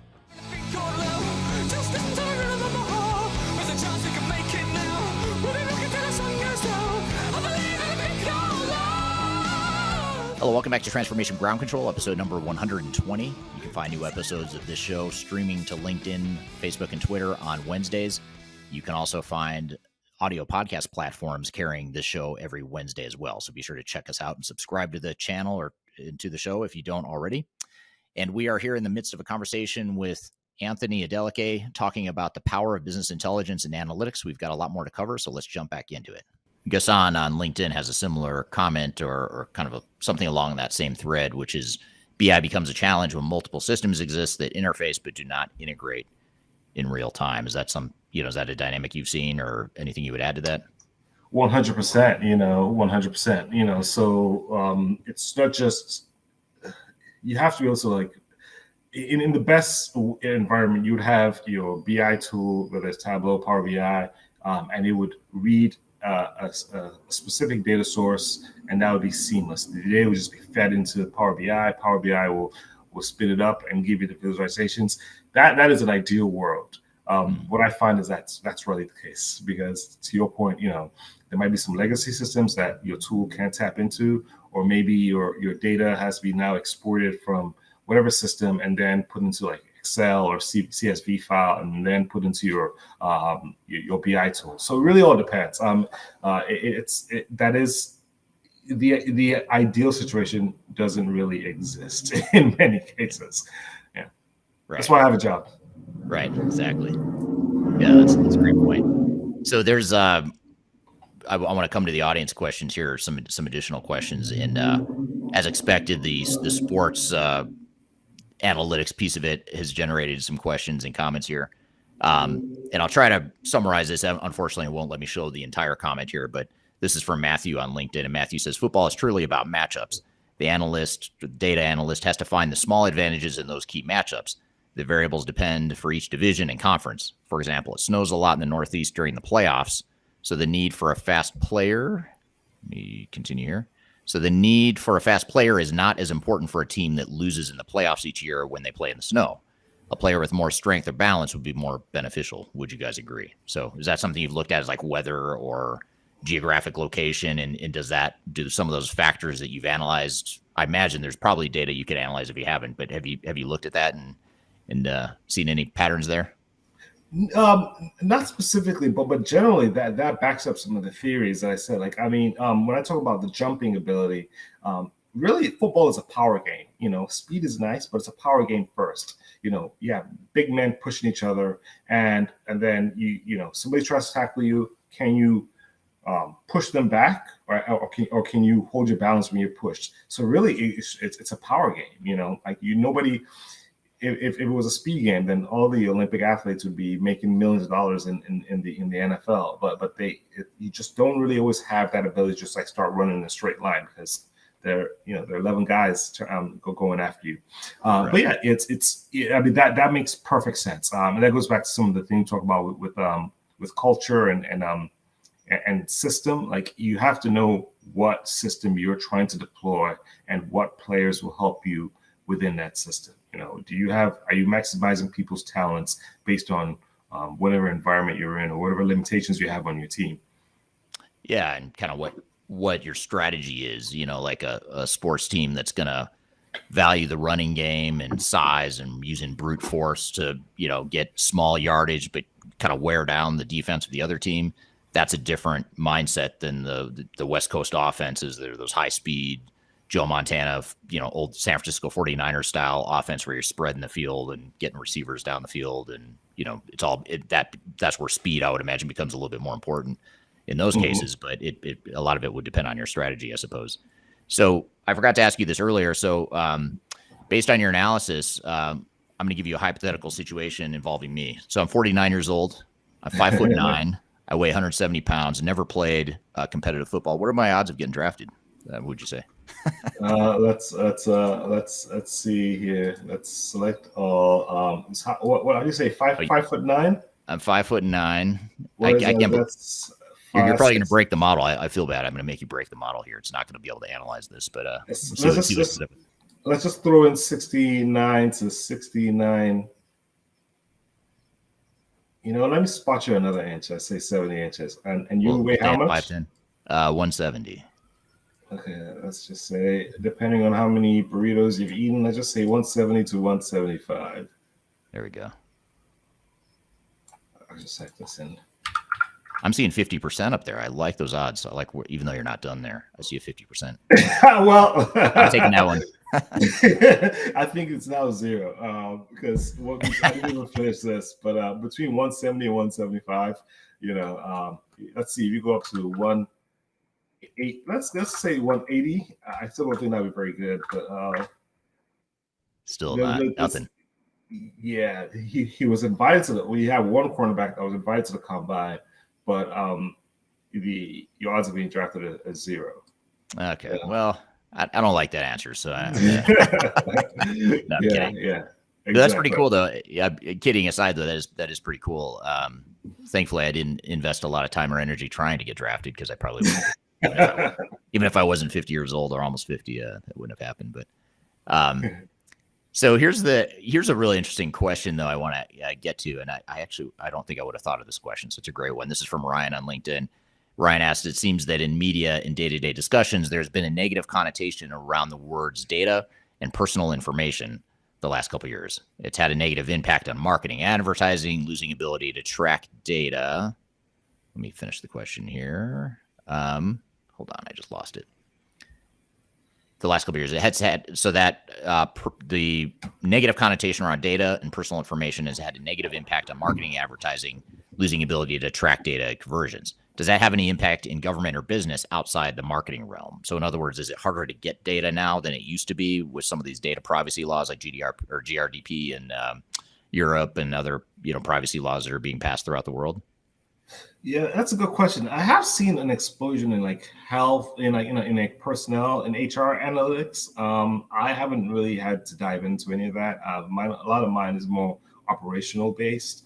So I deal with things that are, that might be sensitive, like how many contracts a company has. That's something that is sensitive company data. But I don't really get into a lot of the personal personal data. I would imagine that there are that is an issue, and that there are some obviously provisions that have to be put in place to make sure that people's sensitive data isn't getting out. But yeah, I haven't seen that. And generally, I think the U.S. government does a pretty good job of sort of keeping your personal data away from. So there's a whole set of rules and procedures around that, and probably more so than I've seen in private sector. Yeah, I could see that being a big deal in sort of business B2C or business to consumer sorts of processes or data sets or e-commerce. I would imagine that's where you're probably going to see more limitations or more challenge versus a B2C or a B2B organization that sells to other companies or other businesses, or a government entity or public sector organization where the personal data isn't as important or relevant to potentially as important or relevant. Yeah. That's pretty interesting. Here's a question from Jordy on LinkedIn. Again, more of the questions are coming back to sports, which I had a feeling might happen, which is great. So Jordy says wins above replacement, the acronym is WAR, is a newer baseball stat that measures a player's value in all facets of the game by deciphering how many more wins he's worth than a replacement level player at his same position. Do you foresee this style of stat becoming a measurement in the business world related to hiring and promoting employees? And maybe I'll broaden out a little bit and say, do you see this being used in the world of HR? And this is this sort of bumps up on a whole set of ethical and legal issues around potential discrimination and things like that. If you use too much data, you could be have some issues with discrimination potentially. But what do you see? Do you see this data and this sort of mindset that you're talking about? Could that be used in human capital and HR sorts of processes? I'm sure it is in many cases. I can tell you right now in the NFL, it is actively practiced in terms of age discrimination. Like all the data shows that, for example, there's the NFL running backs, which is a position that is, you take the ball and a starting running back carries the ball about anywhere from 15 to 25 times a game. You're being hit by the largest of the largest men in the world. And those guys just don't last very long. In fact, all the stats show that a running back is most productive in year one. And then they start declining in productivity. By the time you get to 30, if you get to 30, you're pretty much useless because you may, and I hate to sound so mean about it, but like you're taking so much punishment that you just don't have the ability to produce him. I mentioned before, I'm a big Dallas Cowboys fan. We had Ezekiel Elliott, who was one of the best running backs in the National Football League, but last year he was a shadow of his former self, and then he just got released this year. He's like 27, 28. So it is unfortunately very it is practiced in the NFL. That's why they have this draft. Every year they have this draft to get in new players, and they look at their current roster and say, could this player that I have be better than what's on my current roster? That's essentially what they're doing each time. And if he's better, then I could get arguably more wins. So it is being practiced in many regards. In terms of the business world, I mean, people have to sort of make that decision, and I think it is, but maybe no one says it in the most vivid terms. It's yeah. Well, you make me feel better now, because now I can just say the only reason I didn't get drafted is because they're discriminating against me because I'm over 40. So exactly. Okay, that's super interesting. One thing I want to make sure I get to that, I think there might have been a question that popped up around this too. I think earlier on there was a question related to AI, but I'll maybe more specifically ask the question around ChatGPT. But I think this is something you've been commenting on TikTok lately. But how does ChatGPT impact, or maybe AI in general? How does ChatGPT/AI affect the field of BI and analytics, or how do you see it or predict that it will affect the field of BI and analytics in the future? Good question. So I wrote a piece about this, and I posted on LinkedIn. I posted in some the groups that I'm in. I think the way I see ChatGPT, it's first of all, it's an excellent tool that I leverage, but I leverage it so every job has some administrative parts you have to do. You have to write a report. You have to sort of describe something.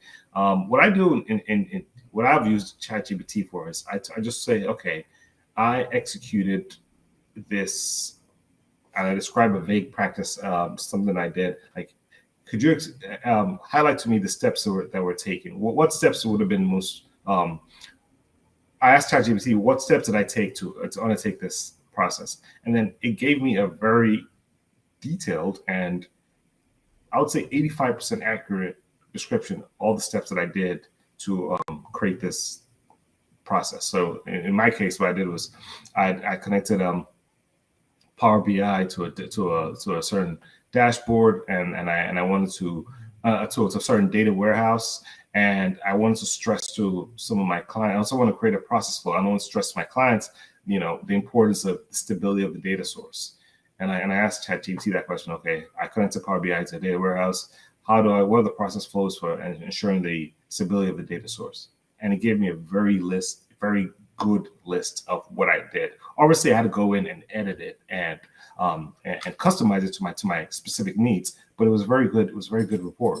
One of the things that I see ChatGPT doing, and it's sort of a quandary here, is that same report is something that I would have probably assigned to a junior resource before. Hey, just write the report on the steps that we did, and I would have worked with him or her, and would have talked about it, and then we would have corrected some things, and that process could have taken, I don't know, 2 days to a week, like I'll go back and forth working with this junior resource in addition to my other job. When I worked with ChatGPT, that took 15 minutes. 15 minutes. It was about 2 minutes of me coming up with the question, ChatGPT giving me the answers, me copying and pasting, and then me reformatting it. Okay, maybe I'll say 30 minutes. me reformatting and adding very specific things about my client's environment, and that was it.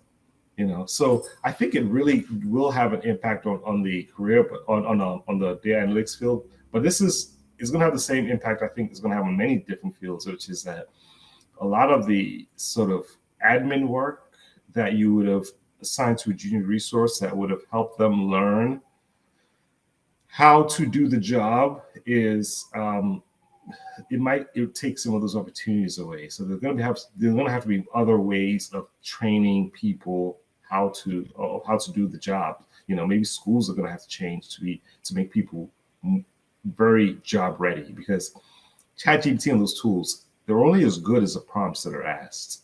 And if you don't know the prompts, the prompts asked because you know the job. So, but if you don't know the job, ChatGPT, I think, is probably useless to you. It doesn't help you in any way because you don't know what questions to ask. Yeah.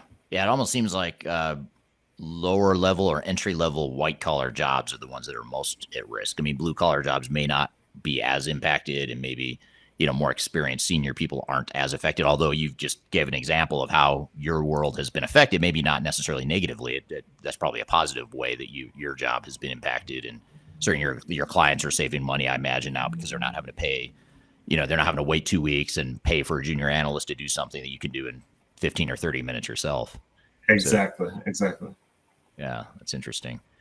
So I guess just to maybe tie this all together and put a bow on this whole thread and this whole conversation, we've covered a lot of ground, between sports data and analytics and how that applies, or that mindset can be applied to the business and private and public sector worlds.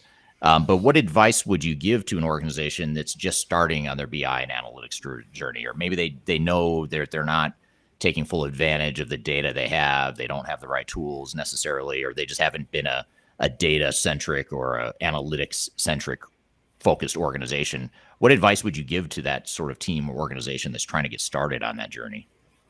Do it now. Gone are the days. Data analytics is no longer a luxury.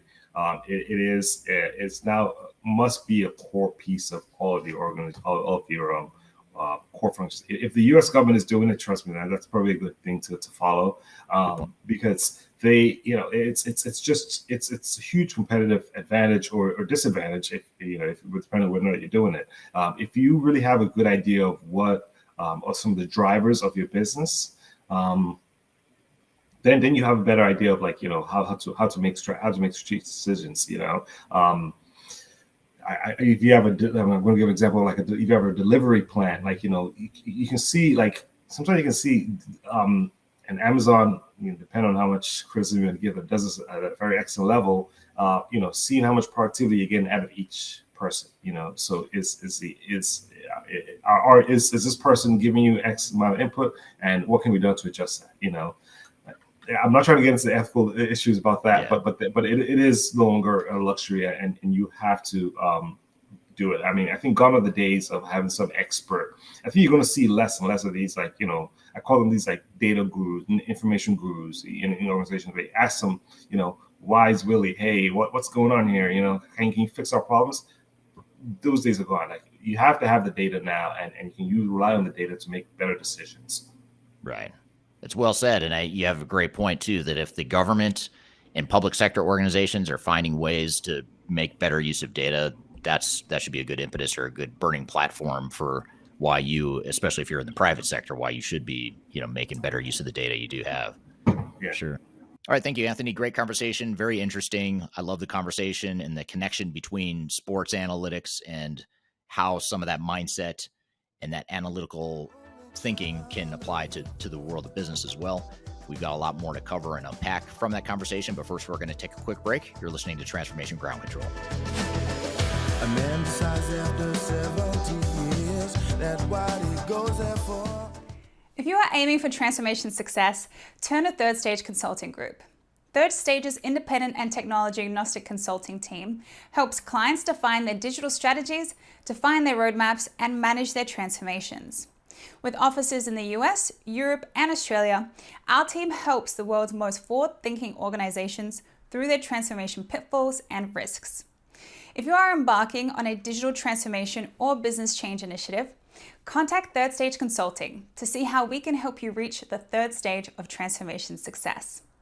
Learn more about us and download independent reports, videos, and other best practices at thirdstage-consulting.com.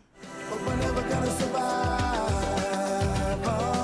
unless we get a little crazy.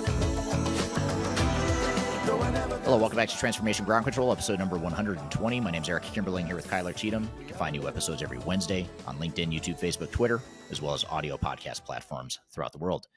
So, Kyler, we just had Anthony on the show talking about BI and analytics, sports, business, all kinds of stuff we covered. We covered a lot of ground. What were some of your thoughts on the conversation?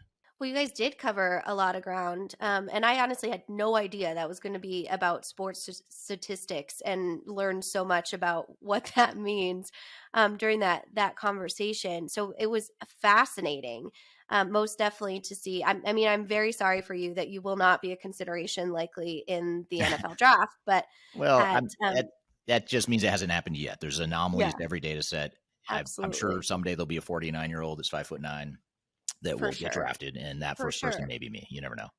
Yeah, and in data intelligence speak, I actually put in our comments, Tyreek Hill would kind of be that outlier, right? Oh, He's I think he's 5'10", and he is obviously one of the fastest. He just won, a U.S. track sprint to the 200 as an NFL player.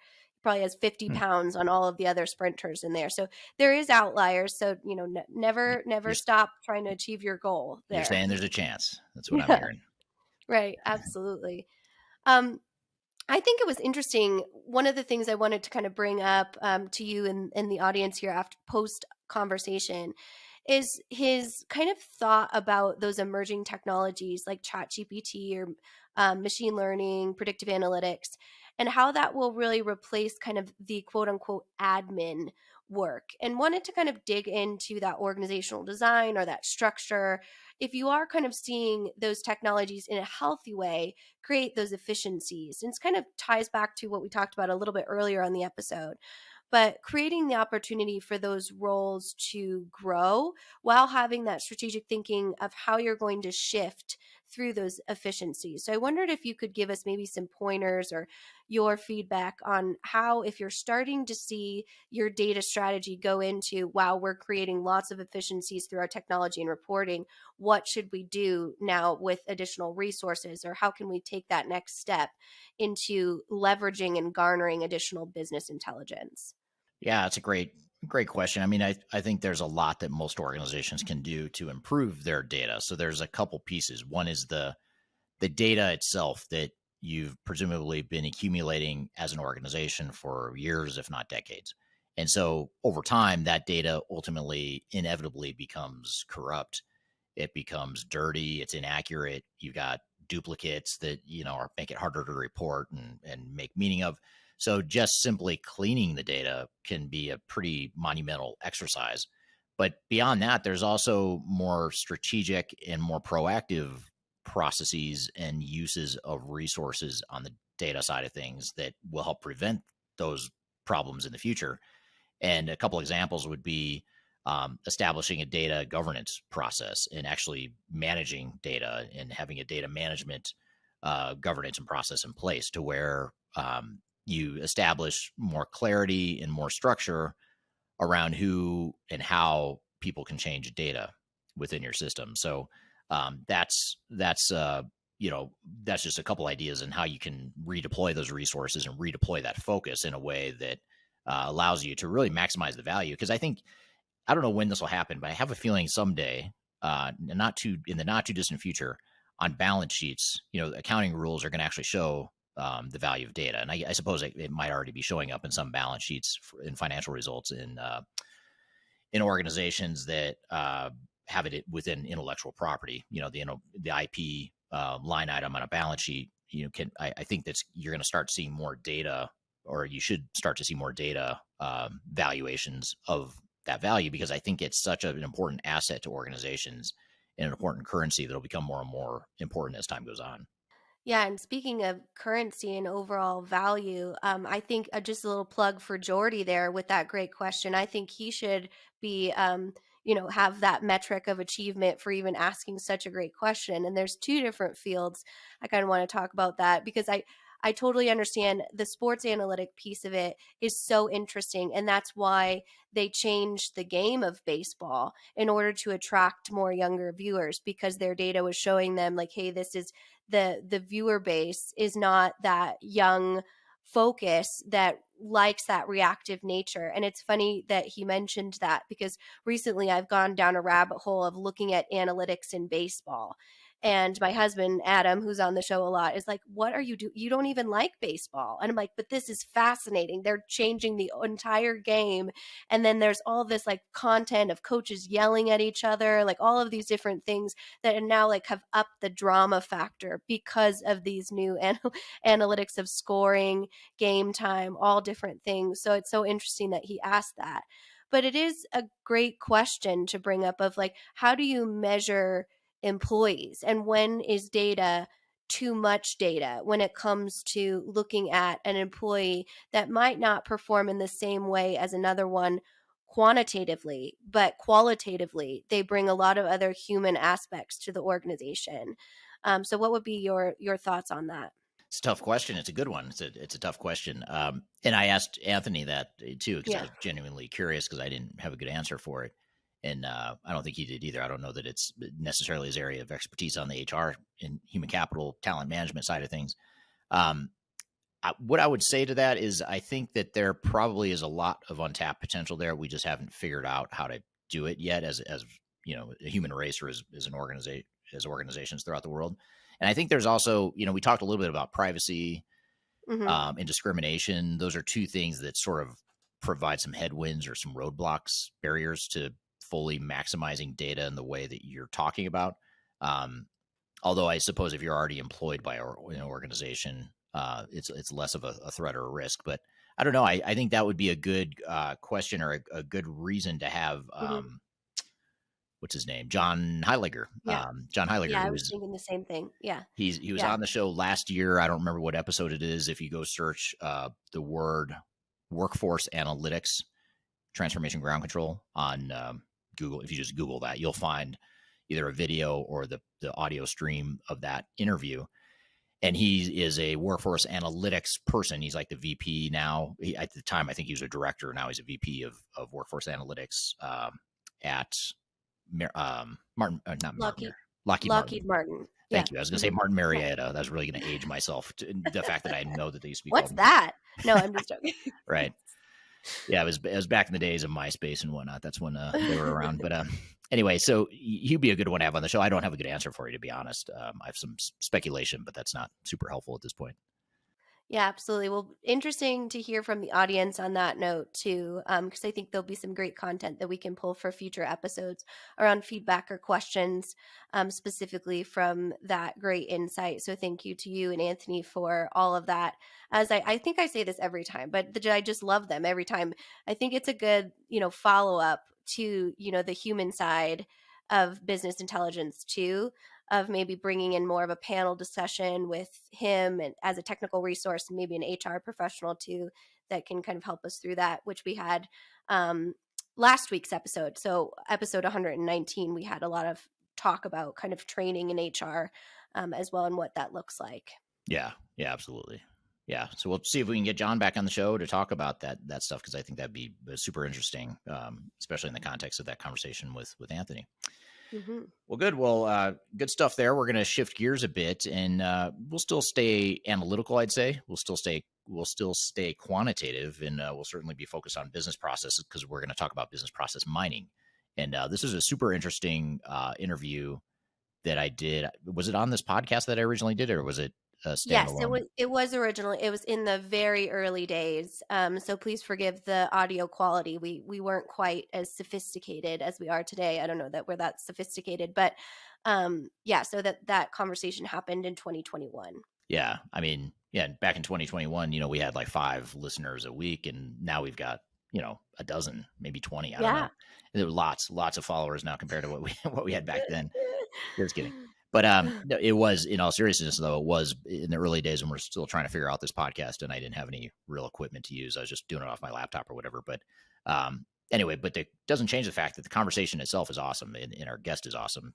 His name's Wayne Holtam, VP of our Australia and Asia Pacific office for Third Stage Consulting.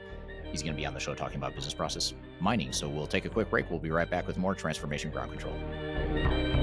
Just tell me what you've got to say to me. I've been waiting for so long to hear. If you are aiming for transformation success, turn to Third Stage Consulting Group. Third Stage's independent and technology agnostic consulting team helps clients define their digital strategies, define their roadmaps, and manage their transformations. With offices in the US, Europe, and Australia, our team helps the world's most forward-thinking organizations through their transformation pitfalls and risks.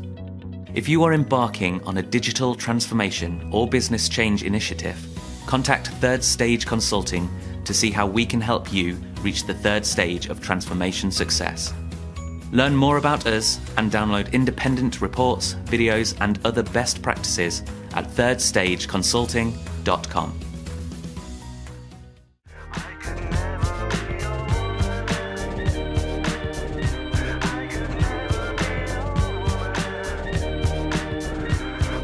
Hello, welcome back to Transformation Ground Control, episode number 120. My name is Eric Kimberling here with Kyler Cheatham.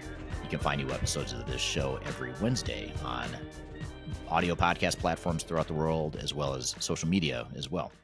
So I'm excited for our next guest. We're actually going to play you a clip from a podcast interview that we did a couple years ago, early on in the days of Transformation Ground Control, which seems like forever ago, but it was only about 2 years ago that we started the podcast. And right around then, in those early episodes, we had a guest, Wayne Holtam, who's been on many times since then. But this discussion in particular is very good because it's about business process mining. And it's still something I think is very cool. It's not talked about a lot. You know, it gets overshadowed by ChatGPT and analytics and a lot of the stuff we talk about on the show. But business process mining is a really cool technology. I love it. It's one of my favorites as far as what I think it can do to help an organization. So we're going to dive into what it is, how it can be used, get into some case studies. I believe we talk about some case studies in this clip as well. So let's go ahead and roll the clip and we'll come back and chat about it when we're done. So here's Wayne Holtam in my discussion with him talking about business process mining and digital transformation. Why don't you tell us just a little bit about yourself before we jump in? I've been around the, I suppose, digital transformation space for probably last, or as you can see, 20, 30 years sort of thing. It's about change and about getting people to be able to adopt process and to do things in a consistent way. So that's important to me, and it's one of probably the areas I find a real lot of benefit. Yeah, absolutely. So, and that's the topic at hand today is business process mining. Maybe just to start then, help us understand what exactly is business process mining. It's probably the 21st century's way to understand how well we do process. So many times we'll ask people and people will go, we do it this way, and we assume that they're right. But we don't ask everybody. And so the value of process mining allows us to be able to sort of look into what actually happens and how many different ways it happens. And so that's the different paradigm, I suppose. So you're able to be able to look deeply into process and then work out what you need to do to get consistency or improve. Yeah. Okay.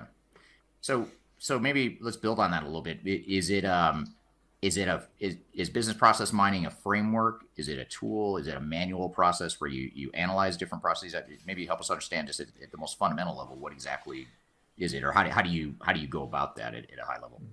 Well, there's tools there that allow you to tap into the data and have a look at it. I suppose Third Stage has proposed and perfected a framework that allows you to be able to take that information, that intelligence you have, and then work through what do we have, how do we solve it, what does good look like, how do we measure it.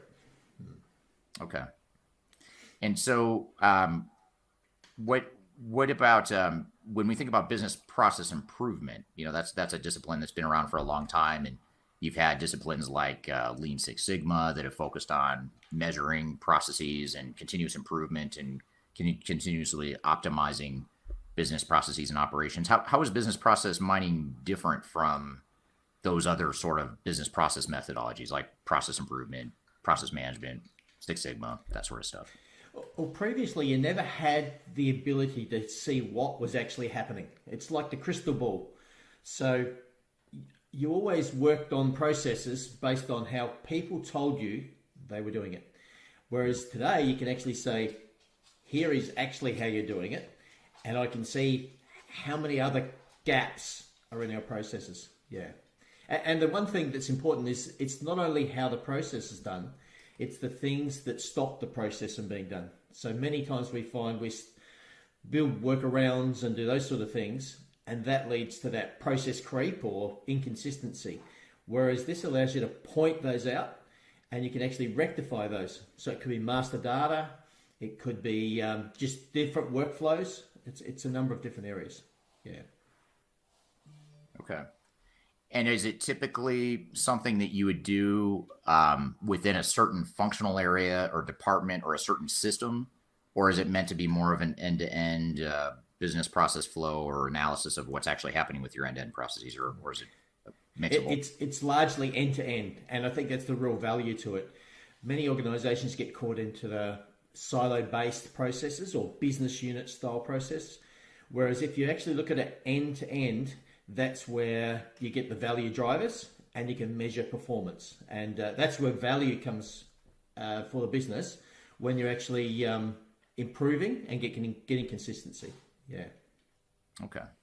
And does that also apply, does that end-to-end mindset with process mining, does that also apply to multiple systems? So if I have multiple ERP systems, or I have a financial and accounting system and a separate CRM and a separate manufacturing, can I do process mining across systems, or do I need to, am I limited by what systems I might already have in place?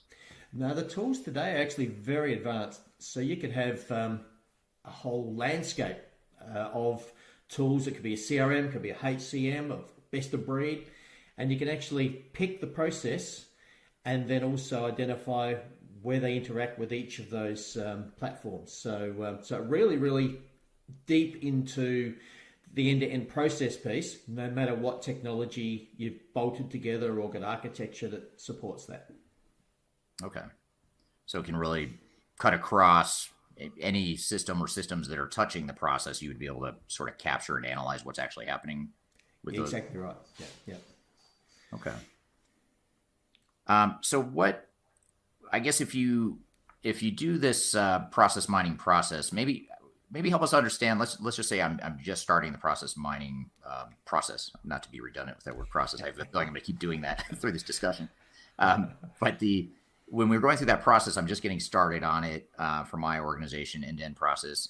What do I do? Like, what does it look like in terms of how do I use the software, or how does it collect data to help me see the visibility into what's actually happening with my processes?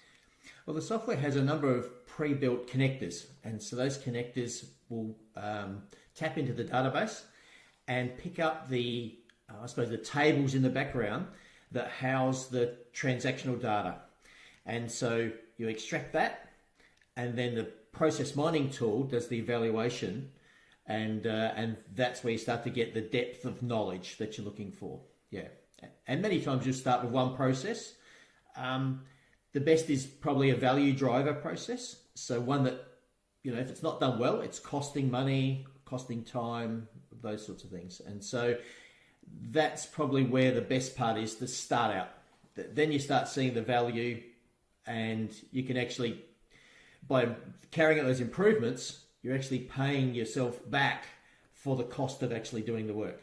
Yeah. Yeah, just in the amount of inefficiency and broken processes you've identified using those tools. Yeah, exactly right. Yeah. Okay. So if I'm an end user, I'm on the front line, and I'm actually one of the people executing these business processes that we're mining. Do I know that process mining tool is there, or am I just sort of business as usual, and in the background it's sort of capturing how data is flowing to me onto the next person, onto the next person after that? It's in the background. You don't even see it's happening. It does allow you, if you take the advanced process mining, where it can actually advise you as a user, if you're not doing the process right, it will give you the ways that the process should be done, or it will provide you options to be able to, follow up on things that you need to do. So if your accounts payable, accounts receivable, and you've got someone who's overdue or those sorts of things, you can actually get a warning, an alert, and say you need to follow this up, and this person's overdue, or there's a bonus about to be paid, so you need to, process that vendor as it is, sort of thing. So it's quite powerful in the advanced part, but we're talking early about the evaluation piece. Yeah. Right. Okay. So when I use this process mining tool or a process mining tool to analyze my end-to-end processes, it's in the background. People are executing their processes as they would day to day. It's capturing data behind the scenes in the tables to help us analyze and understand where the, what the speed or velocity of process flow is and where the bottlenecks are, where the breakdowns are.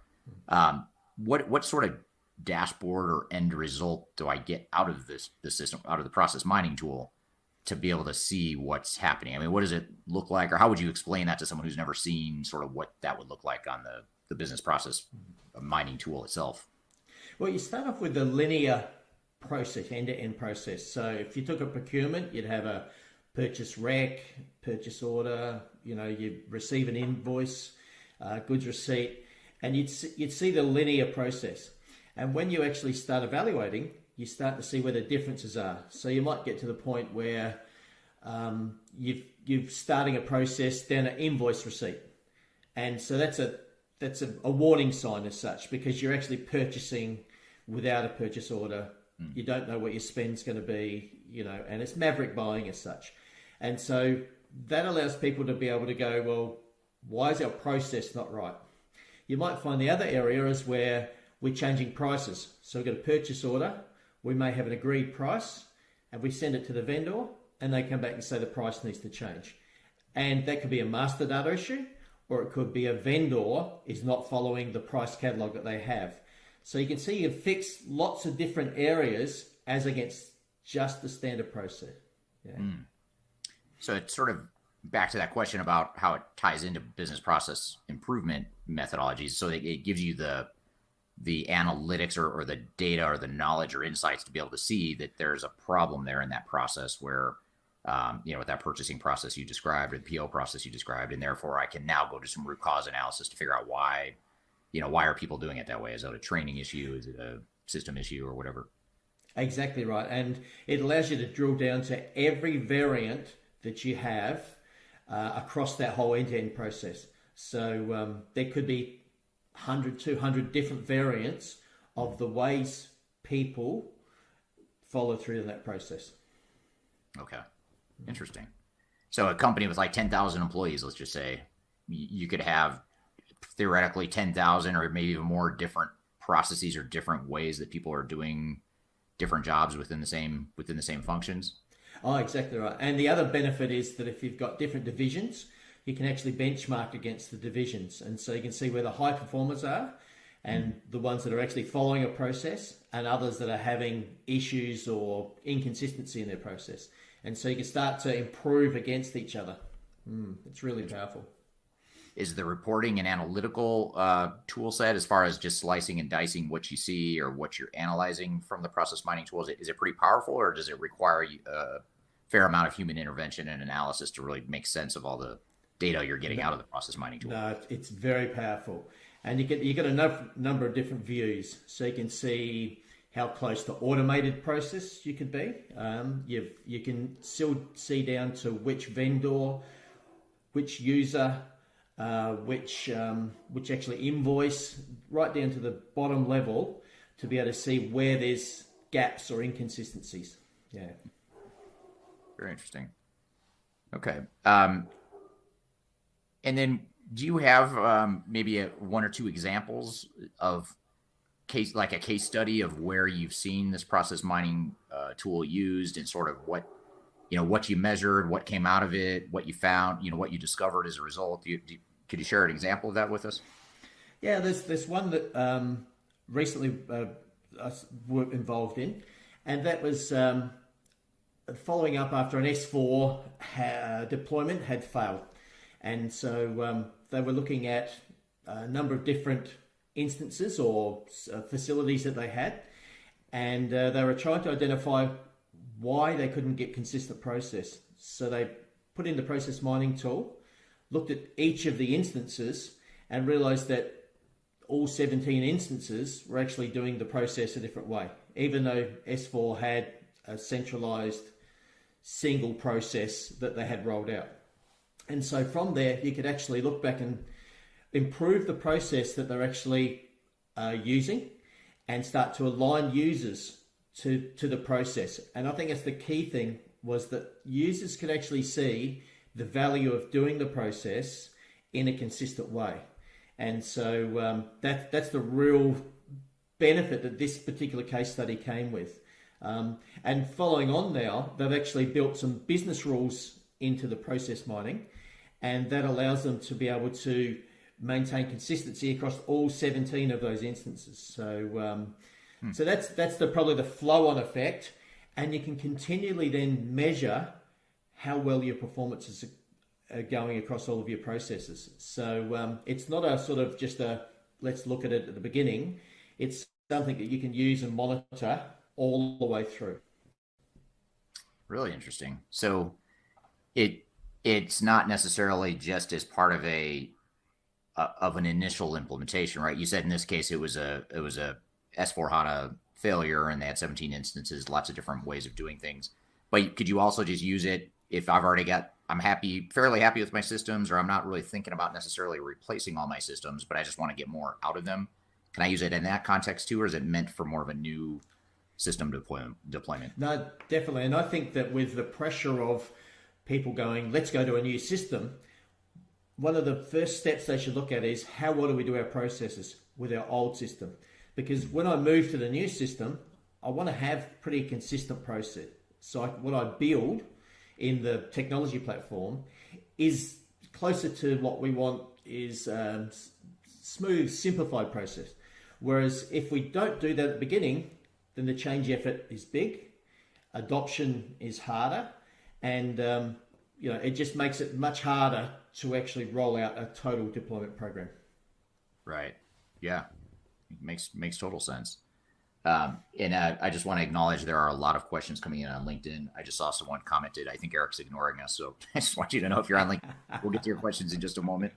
And there's actually a ton of them there. But let me get some of the basic questions out of the way here, and then we'll dive into the real questions that the audience has here. So you talked a little bit about the benefits of process mining. Maybe we'll just come back to that real quickly. You said that usually you can justify any sort of time and cost investment in process mining via the improvements and the potential improvements you can make as a result. Is that a fair summary? It is, because many times the things that you uncover are very costly in loss of value in your organization.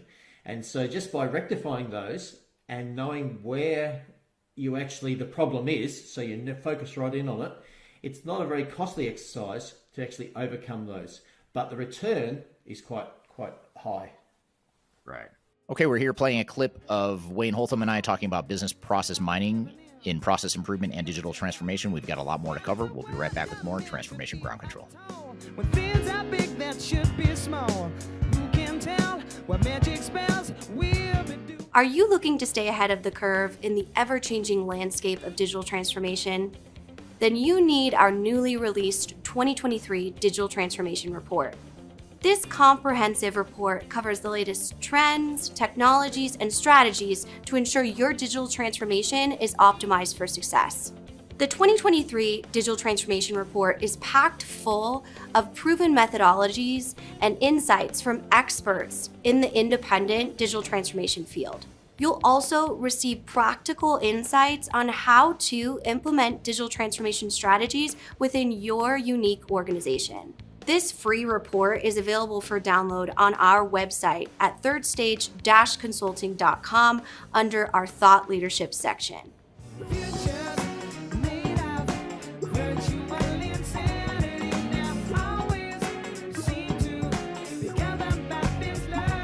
Hello, welcome back to Transformation Ground Control, episode number 120. You can find new episodes of this show every Wednesday. We're in the midst of a conversation here with Wayne Holtam talking about business process mining. So let's jump back into the clip. What's super interesting, too, is as you're describing this whole process mining tool and the approach and the methodology, and even in the case study you described, it's a fascinating way to augment that traditional way of, getting in a conference room and sort of mapping out our processes end to end, and really giving you some quantitative real data that's objective. It's not infused with my opinion or internal politics or the fear of offending someone or just a misunderstanding of what's actually happening in reality. It's very fact and data based, it sounds like, compared it is, and it's funny you say that, because we're working with a client at the moment, and we're mapping out all of the workshops that we're actually going to use in the evaluation process, and they're saying, but they're very short workshops. There's no day workshops, and we've got everybody involved, and we're putting post-it notes on the wall. It's very factual in what you're doing, and it's like an evolution process to get people understanding what's happening, and then what should we do about it? Because the thinking is different then, and so the change process is different because you're working with real life as against assumption or people's opinion or those sorts of things. So it's a whole different framework of getting the improvement. Yeah, just think of all the times that you, myself, anyone else on the third stage team, or any consultant out there has been in a conference room and just talking about processes, and you get these perceptions like, oh yeah, we have a very common process for this or that, or they say, oh yeah, that's a broken process, or we don't have a consistent way of doing things. That's still very subjective and qualitative, but if you had actual data to back that or refute it, you could say, well, actually, here's what's really happening. And this isn't, again, it's not an opinion, it's fact of what's actually happening. So I imagine it's very eye-opening to a lot of organizations. It is. And it stops that, that whole thing of we don't agree with that, or that's not right. Here it is. It's quite clear. Yeah. We could maybe disagree or analyze what the cause is, why is it showing that? But it's hard to refute the data that actually comes out of that because it is reality. And some people find it refreshing because they've been stuck with processes that can't work properly because maybe master data isn't right, or no one set up the vendor right, or there's a whole range of things that cause the issues, and they've had to work with that before and be forced to actually have a simple process. But those workarounds have been what they need to actually even get the process out, get it working. So, right. Very interesting. And then maybe I'll ask this one more question I've got, and then I'm going to shift gears. We've got questions coming in from multiple places here. We're getting bombarded, and I don't want people to abandon the live stream because I'm not getting to their questions. But one last thing I'll ask, just from my perspective, is when you think about process mining and organizational change management, and bear with me because I know and the audience may not, though, but I cannot, for the life of me, get through a discussion without somehow tracing it back to change management. So I'm going to do it again here. How does process mining, or how does process mining potentially help from a change management perspective, and if so, how? Well, if people can understand the why, and I often see this in change management, is the resistance is because people don't understand why they're doing or what they need to do. And so if you understand the why, the change effort becomes more of a, we are happy to make this change. And so it's almost like I call it a push, we're pushing to get these process improvements. Whereas you as the change person aren't pushing them, they're pulling you along. So that's the difference with the change piece. And you can see small pieces of change improvement, which ends up to be big change overall. So you can quantify your change value. Yeah. Right. Yeah. Yeah. And it creates a clear story and a clear burning platform for change. You can point specifically to real issues and real problems that are being addressed as a result of That's right. And not normally where we're looking at everything. A change program in digital transformation is quite large. You can actually pull bits off, rectify that, and you get incremental benefit as you go. So so it's more manageable. Yeah. Right. Well, great. Well, let me shift gears here and get to some of the audience questions, and I've got some more we'll get to as well later on. But First of all, we've got a very diverse audience here today. We've got people from just a few examples: San Francisco, Ukraine, Pakistan, India, Norway, South Africa, Venezuela. So a lot of different places. Spain, someone on Crowdcast is on Spain. One of our frequent attendees is from there. In fact, his comment is, an old Spanish dog is back to learn new tricks. So I hope we're teaching him some new tricks here in this discussion. So first question from Rahendra on LinkedIn asked the question of, could you name some of the process mining tools that are out there? Just some examples of some of the leading tools. There's two. One is called Celonis, which is probably the leading tool. And the second one is one that was recently purchased by SAP, and that's called Signavio. And both of them are fundamentally similar. Celonis is probably the leader in the market and probably has the biggest market share. Yeah. Okay. Now, just as a follow-up question to that one, to Rahendra's question, are these tools, you mentioned SAP has acquired Signavio. If I'm using Signavio or any other process mining tool, whether it's Celonis or anything else, is it technology agnostic? Can I use it with any other tool? Or if I'm using Signavio, is that only going to work with SAP because SAP owns it? No, they are technology agnostic. SAP bought it because of, I think, many of the challenges of S4 and realizing there's lots of process change. And so they're probably trying to leverage that as part of their rollout program or future state for S4 deployments. Right. And just to add to the Celonis comment, that's a tool that we use, and you've helped us sort of forge that relationship and that use of that tool in our consulting methodology at Third Stage Consulting, right? Yeah, that's right. We're working with clients now, so and getting some really great results. Yeah, that's very cool. I'll be honest, I didn't know what process mining was until I, started talking to you about it probably a year ago or whatever it was. So there's two parts to it, I guess. Is the fact there's the tool. There's also what you do with that tool, and in the early days, organisations would get it. The IT people would maybe plug it in, and because you didn't have that end-to-end view, it didn't really go anywhere. And so, applying a framework where you actually have end-to-end view focus and the improvement and change piece in there, that's where your value comes from. Right. Okay. I'll try to take a stab at this question here. This is from Ostientin. I apologize if I'm mispronouncing it. It's on LinkedIn. And the question is, I guess process mining allows one to understand how processes are reflected in the systems, so you can't mine off line processes. Is that true? Or does that question make sense to you? I'm not sure that I personally don't understand that question. Maybe you do. I think he's probably talking about organisations that work a lot off system. And so people say, well, how can you process mine if that's the case? But what you pick up is you always have to have a system of record. And so when you're going in and out of the system, you start to see the time delays, and you can piece together where the problems are. Many times people will snap it out in the spreadsheet and then do some process analyses and then put a number back in the ERP. And the problem with that is that number real, or are we letting the ERP do what it's meant to do? It's meant to be a finance tool. It's meant to be a asset management tool. It's meant to be something that allows those processes and financial records to be kept as a source of truth. And when we don't do that, the value of ERP is diminished. And so you can pick that up quite quickly. Interesting.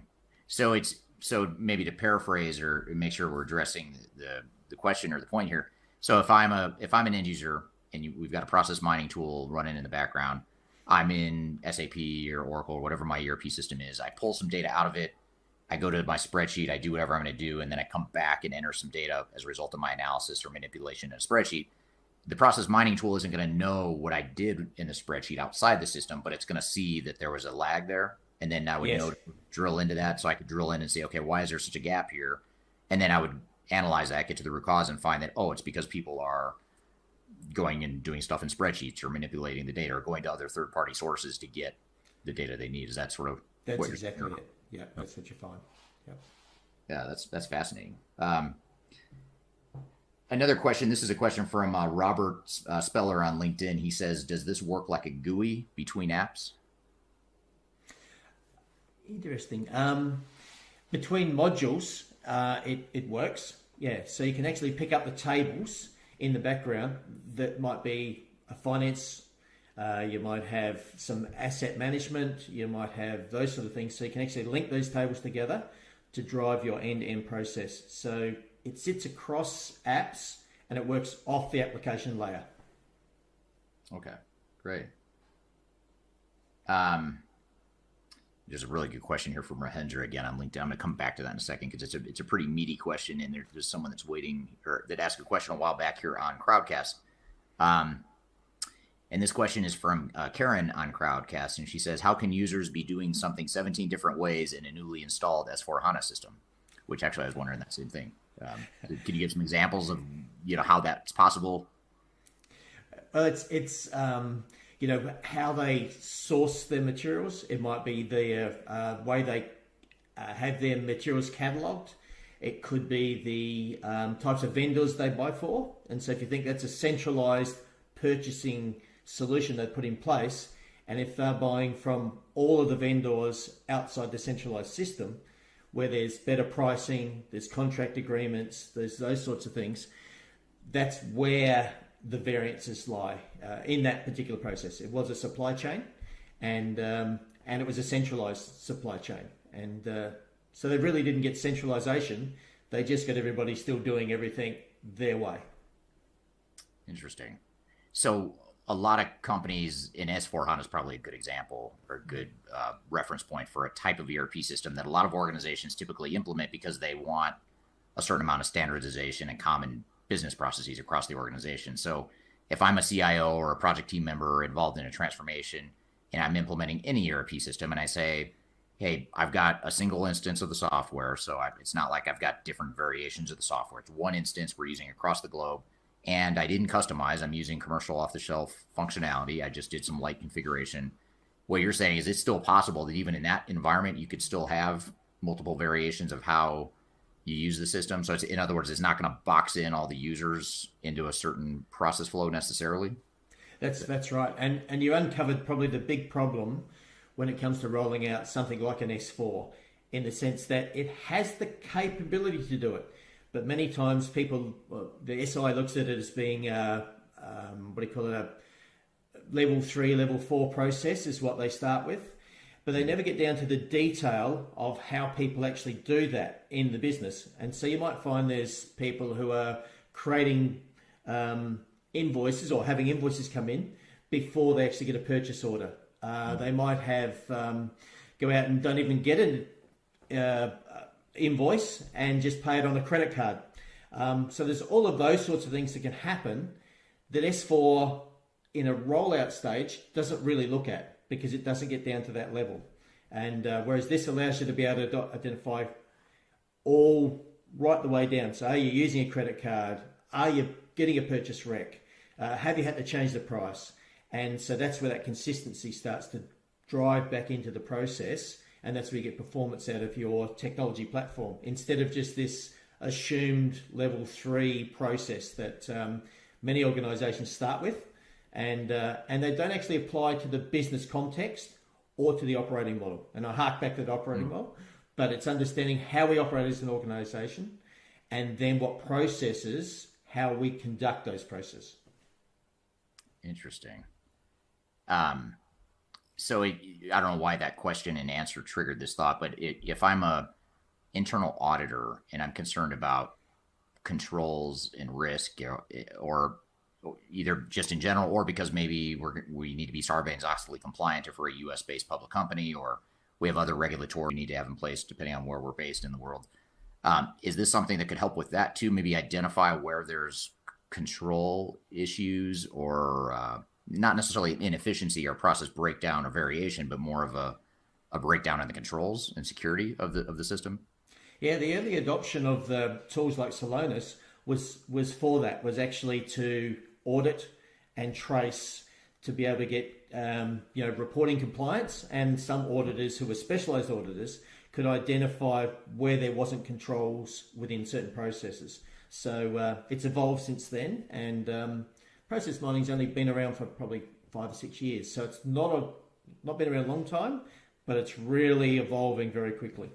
Okay, we're here playing a clip of Wayne Holtam and I talking about business process mining in process improvement and digital transformation. We've got a lot more to cover. We'll be right back with more Transformation Ground Control.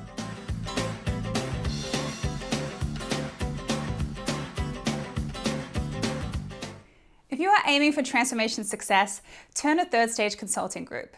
Third Stage's independent and technology agnostic consulting team helps clients define their digital strategies, define their roadmaps, and manage their transformations. With offices in the US, Europe, and Australia, our team helps the world's most forward-thinking organizations through their transformation pitfalls and risks. If you are embarking on a digital transformation or business change initiative, contact Third Stage Consulting to see how we can help you reach the third stage of transformation success. Learn more about us and download independent reports, videos, and other best practices at thirdstage-consulting.com.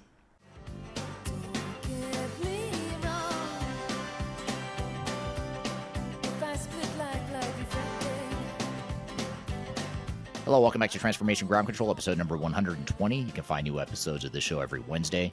We're in the midst of a conversation here with Wayne Holtam talking about business process mining. So let's jump back into the clip. So the question that I wanted to get to here, in addition to some funny comments here, what about you sort of did this. This is similar to the question I asked you, but maybe we could go into it a little deeper, or maybe pick a different example. But the question here is from Rahendra on LinkedIn, and he says, could you share a process flow example and dashboard generated by the process mining tool? I suppose we probably can't show you a dashboard right now on the fly, but could you maybe walk through a process flow that you might analyze, and sort of where the process mining tool might collect different pieces along the way? Is that something you could think of a good example we could verbally talk through? Yeah, or procure to pay is probably a good one, because most people understand it and most people buy things in their organization. The process, I suppose, that we look at is aligned to what our process is. So you might find there's certain steps or workflows that we actually have as an organization. When you do the evaluation, you start to see where those various points of the workflows touch.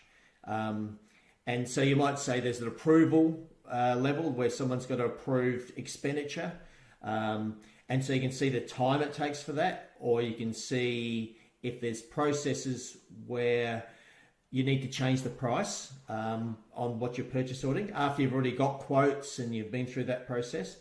Or you might find that you get to the end where the material hasn't been supplied, yet you've received an invoice, or there's not a goods receipt in place. And so you can pick up all of those areas or those steps that might not follow this standard process. Yeah.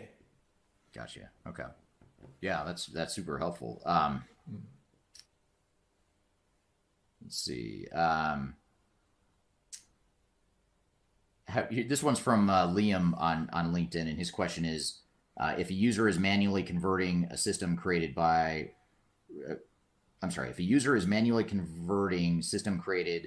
requisition to an order, could you see if they are doing any value add in that process?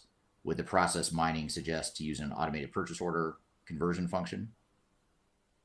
Yeah, and that's one of the interesting things that are evolving out of this, is that many times, especially even in the goods receipt place, is that if you've got an invoice and it matches what your purchase order is, then you should be able to three-way match and automate that. And the same thing when it comes to purchasing. If you've then got vendor agreements where you've got set pricing schedules, if that pricing schedule comes in and it matches with what your purchase order is, you can automatically create that purchase order. So there's a lot of flexibility when it comes to getting consistency and automation as part of your process when you understand what the inputs are to actually create that. Right. Now, what about if I were if I'm an organization that is thinking about my digital strategy for the next 3, 5, 10 years or whatever, maybe I'm thinking about an ERP system, or maybe I'm not sure and I just want to evaluate sort of what my current lay of the land is and what my future state might look like in terms of new technologies, processes, people changes, all that good stuff. How can a process mining tool and approach get us started on that journey, or how could it provide input into that digital strategy and planning journey? Well, it's interesting because your organization has processes anyway. It's the way it conducts its business. And so by improving and getting consistency in that space, you have the ability to look at any different technology platform that you might be able to implement, because they follow a sort of standard linear process. We as organizations like to complicate that, and so we'll put different workflows or different approval steps, but it allows us to have clarity of that. So when we actually go to the solution integrator to actually build our platform, we go maybe not from vanilla, but we put in those steps, but we're not really customizing.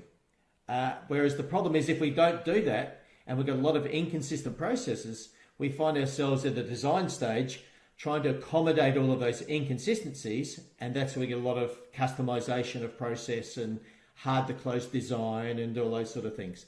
So it's a really good step to get us consistent in our process. And when you look at a lot of organizations that are disruptors, the one thing you can point on is that they've perfected their process to be consistent. So companies like Uber and those sort of companies where, they're dealing with clients and they're processing orders and those sort of things, it's done consistently no matter where you are across the world. And they can monitor that. And so that's their power, that's their strength, but how they make a difference. Yeah. Yeah, it seems like, when you look at organizations, clients we work with at third stage, a lot of them are struggling with how do we scale. We've grown to a certain point, and now we're kind of hitting a ceiling where we can't scale to that next level. And a lot of times it's because of inconsistent or broken processes.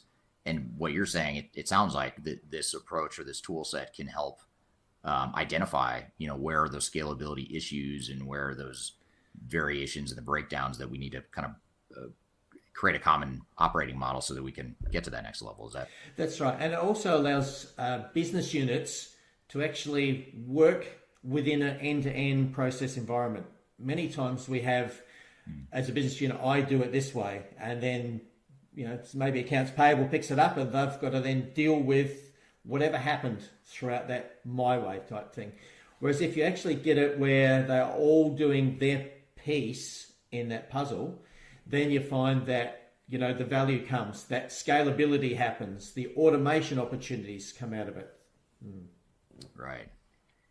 And then back to the, sort of that digital strategy question I had, or maybe a follow-up there. It also sounds like if I'm not sure, you talked about going to your system integrator and providing inputs that'll help with the actual implementation. But even if we back up earlier than that, if I don't even know if I'm ready for an ERP system or CRM or HCM or any other technology, it seems like this would be an important diagnostic or an important input to help me understand, where exactly are the opportunities for improvement? What are my priorities, as far as what parts of my business are the most broken or ripe for opportunity?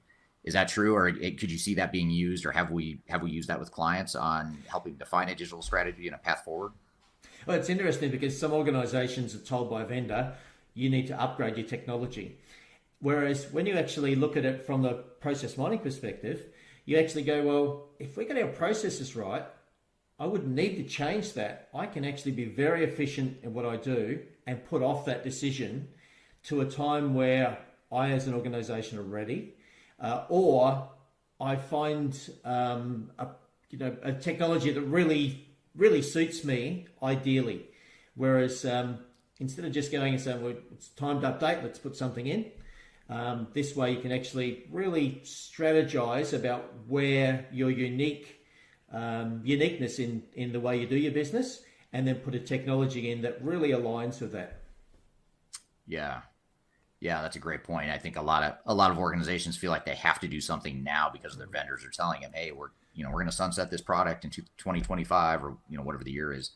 And this gives you sort of more it equips you with information and knowledge that is really power in this whole decision making process, to where you can make a educated, informed decision on what you do or don't do, or where your priorities might be, and where you really do need technology upgrades or improvements versus maybe not. Yeah, and it's interesting. Over the years, you go in and you do a major deployment, but you're taking out a technology that people say isn't very good, it doesn't work very well, we've got all these pain points, and then you look at what you roll out, you end up with the same pain points as you had before. If you'd fixed what you had before, far less cheaper, and you'd get the same benefit. But no one could see what those pain points were. And I think now there's the opportunity to be able to see that. Yeah. And just going back to your example of the 17 ways of doing a process within S4HANA, if that were true before you implemented a new ERP system, you had 17 different ways of doing things, and you didn't fix that, you're just going to put in new technology, and you're probably going to keep doing things 17 different ways, even with a more advanced system. It's just going to be a more advanced way of doing 17 things. And that's what happened. Yeah. And this allows you to be able to put in best of breed. So because you can go cross module or cross platform or cross vendor solution, you can actually have a CRM from one company, and you can have a ERP from another, and you can have a mobility device from another, and you can link those to whether architecturally how they should actually go. Yeah, to work together. Right. Okay, we're here playing a clip of Wayne Holtam and I talking about business process mining in process improvement and digital transformation. We've got a lot more to cover. We'll be right back with more Transformation Ground Control. Could you whisper in my ear the things you want to feel? I'll give you anything. Interested in working for a company that truly values your unique skills and experience? Here at Third Stage, we don't hire based on resumes alone. We look at the full candidate, experience, and willingness to provide excellent service for our clients. Within a technology independent and agnostic consulting firm, you have the opportunity to learn across industries with a diverse group of clients. Our consultants also have the opportunity to diversify their portfolio and learn across technology systems. If you're interested in joining a high-growth entrepreneurial organization, please reach out to us at work@thirdstage-consulting.com. Anything you ever dreamed to be complete. Yes, I'm nothing that far. Hello, welcome back to Transformation Ground Control, episode number 120. You can find new episodes of this show every Wednesday. We're in the midst of a conversation here with Wayne Holtam talking about business process mining. So let's jump back into the clip. Yeah, super interesting. And then, of course, building your business case too. If you're thinking about a digital transformation, or you're trying to figure out, is the ROI there? Am I going to get a good cost benefit out of this investment or potential investment in technology? This gives you some really good quantitative, real metrics. This isn't just, like a lot of times software vendors will say, oh, you can save 50% on your inventory and 25% of your G&A costs if you implement our technology. Well, who knows if that's real or not? It's probably not real even if it's a real average, it's probably not real to you as an organization. But this gives you actual real data you can use to build a business case too, I would think. That's exactly right. And that's the real benefit, because you can say, well, if I'm spending X amount of millions of dollars to put in a platform, I can see that I'm going to get this improvement, and I can bank that improvement because I can watch that improvement happen and I can measure that improvement. And so that's the powerful thing, is that benefits realization in the past was very hard to measure, and whereas today you can measure it right down to the last dollar. Right. Yeah. Very interesting. So another question here from a couple more questions here on LinkedIn. Should we expect, this one is from Rahendra as well. Thank you for all the great questions, Rahendra. These are really good. Should we not expect modern ERPs have built-in process mining tools, at least at some level? Have you seen that yet, where ERP systems or any sort of enterprise technology has a process mining tool built in, or are these truly still standalone products for the time being? Well, I think the software vendors are starting to see the need, hence the reason that Signavio was actually bought by SAP. Originally, when Celonis started, SAP offered selling Celonis licenses for their clients to be able to use the system. So they see the value, but at this stage, it's probably one of those areas that they see it as a diversion for their platform or solution. But I think in the future, there's going to be a lot more of process mining, process evaluation that they will incorporate into their deployment of new solutions. SAP is definitely going that way, and it's probably been their Achilles heel in this S4 world, because that's the challenge. People are going, well, I need to actually get my processes right to get the benefits out of S4, and there hasn't really been a good mechanism to be able to do that, and that's the real problem with a lot of these deployments, where they don't get the value in the long term. Yeah, and I would think the software vendors have bigger fish to fry in the next few years, just trying to convert all their legacy customers over to cloud systems and trying to push as many of them as they can to convert to cloud. But once we get past through this, what I think of as sort of version 2.0 of Y2K, it's like Y2K all over again. Now everyone's sort of rushing to get to the cloud now. Once we get through that, and the IT software sales sort of plateau off as a result of that, I would imagine this might be an area that would be ripe for getting the holdouts to, giving them a good data to help the holdouts convert to cloud or to sell them additional software. So I would think eventually ERP vendors might be well suited to have these tools built in. I think they will. And at the moment, like you say, the vendors are grappling with that change of code from, the old way of on-premise to on-cloud, and many are still immature in that space. And so there's a lot of focus in their space to try and get the leverage of the new way that the platform should operate and depart away from the old on-premise view or code that they would have had in the past. Still, there's a lot of immaturity in that space, even in the cloud area. And when we actually have SaaS solutions, the function that they have in there is quite limited. And that's a big gap for the major players in the ERP space, at least. Right. Great. This is actually a really good question. This is from Liam on LinkedIn. And actually, I'm glad he asked this, because I was trying to think of something along these lines. I was thinking about data privacy, but he actually comes at it from a better angle, which is, could you have a workers revolt on your hands because they view process mining as surveillance software?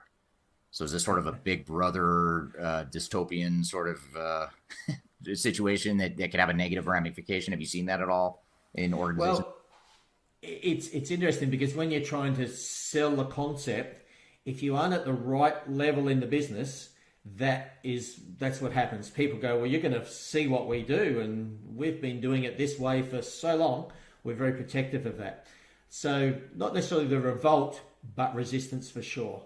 When you get in at the level where, your executive level, and they start to see the value and how they can actually drive that value in their business and get consistency, and really also asking their people to do is to do the process as it needs to be done, not workarounds and those sort of things, then it's not really Big Brother telling you what to do. It's just saying, well, here's the process we've defined. If you did it that way, it'd be great for us. Yeah. Right. Does process mining get down to that level of, for example, in the example you gave with the 17 different processes, if I'm individually doing something in one of those 17 different variations, is it get down to that level of granularity to see that Eric Kimberling is the problem? He's off doing his own thing over here, or he's taking too long to go through this process when we compare it to other people, or is it more of a collective look? Down to the who processed it, when you processed it, maybe how long you took to process it, whether you didn't process it. So it's it's got a lot of detail. Yeah. Interesting.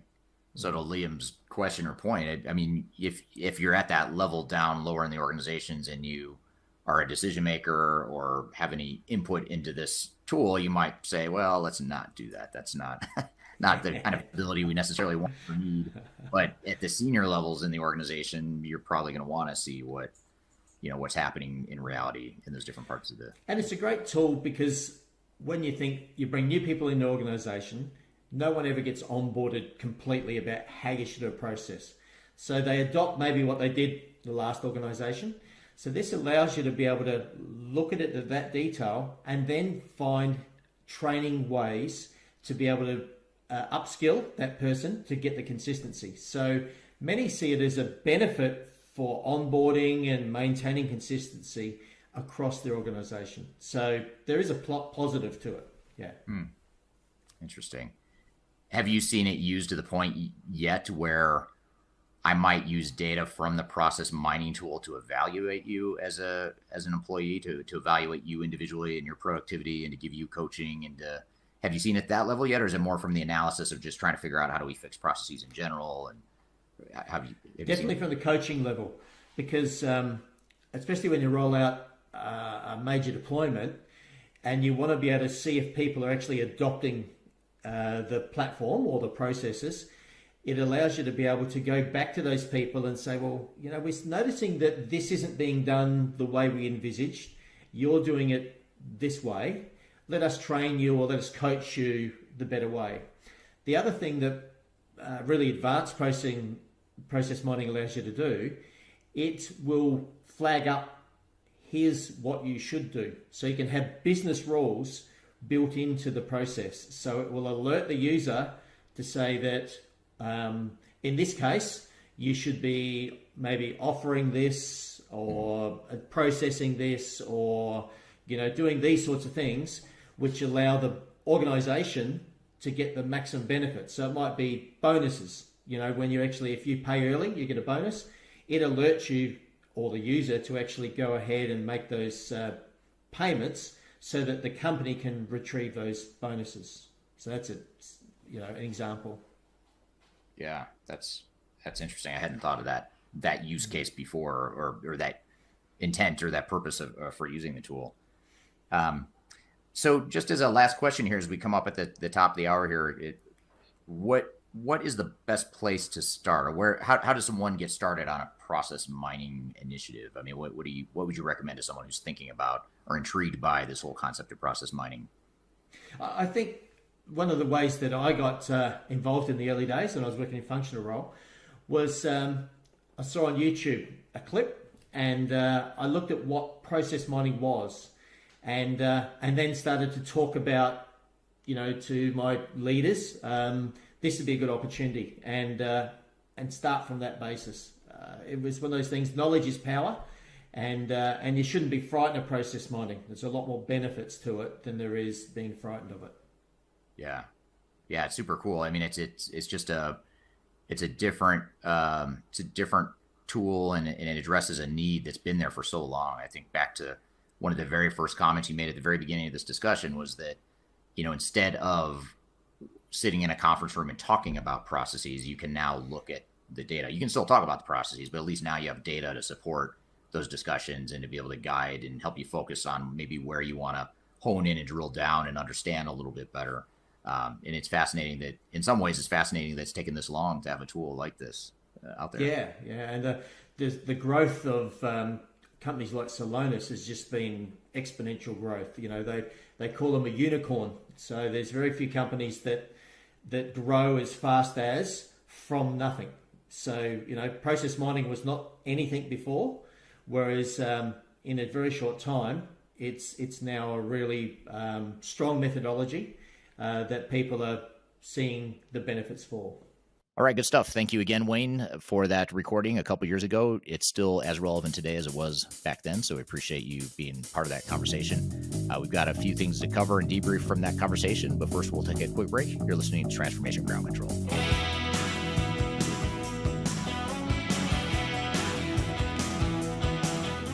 If you are involved in any sort of digital transformation or business change initiative, you will want to download the 2021 Digital Transformation Report. With its comprehensive overview of business and technology trends and best practices, this report is a must-have guide for any transformation project or executive team. Download this free report by visiting Third Stage Consulting at thirdstage-consulting.com. You can also visit our website to learn more about us, or download independent reports, videos, and other best practices. Again, visit thirdstage-consulting.com today to learn how to take your transformation to the third stage of success.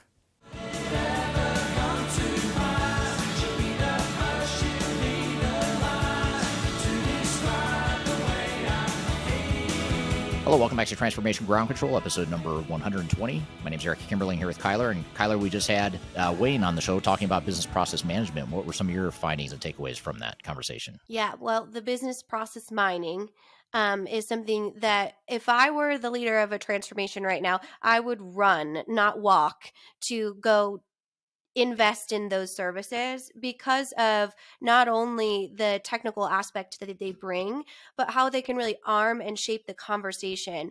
And as much as you want to say business process management is technical, it's also very emotional because you bring in all of the different departments into one room and you say, hey, supply chain management, you're doing a really bad job. And we're going to change this entire process. And then all of a sudden, you have people that are in really vulnerable conversations. But when you leverage business process mining, like you talked about, it's just data.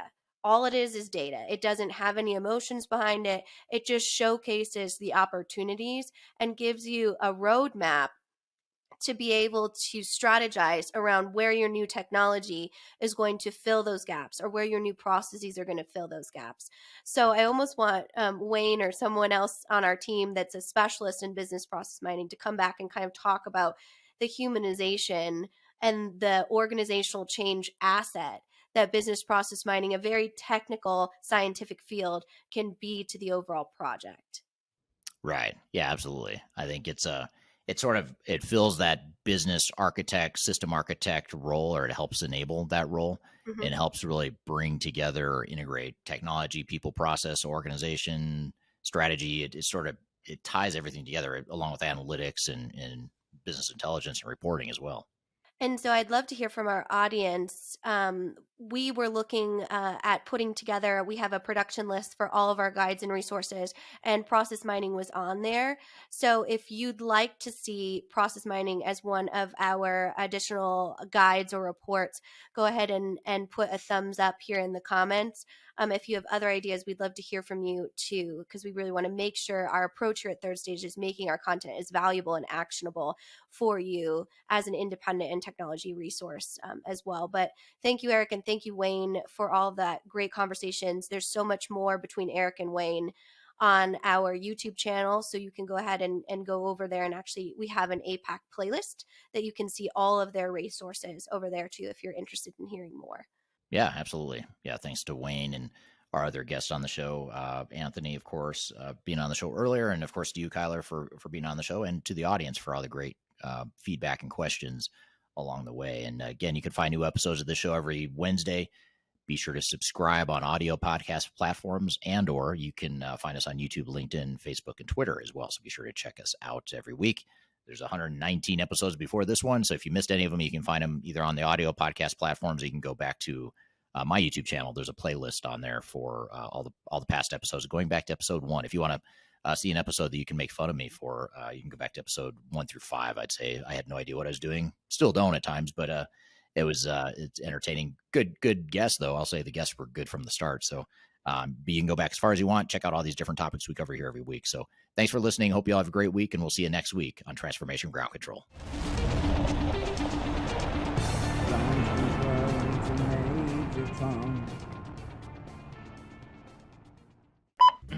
Okay. Are we recording? Let's do it. Let's go. Oh, I didn't know we were recording. I was waiting for you to hit record. I didn't know we were on a hot camera. I didn't want to talk because sometimes I cut you off and like mess up your flow. So I was just give you like this weird, awkward like nod. That's funny.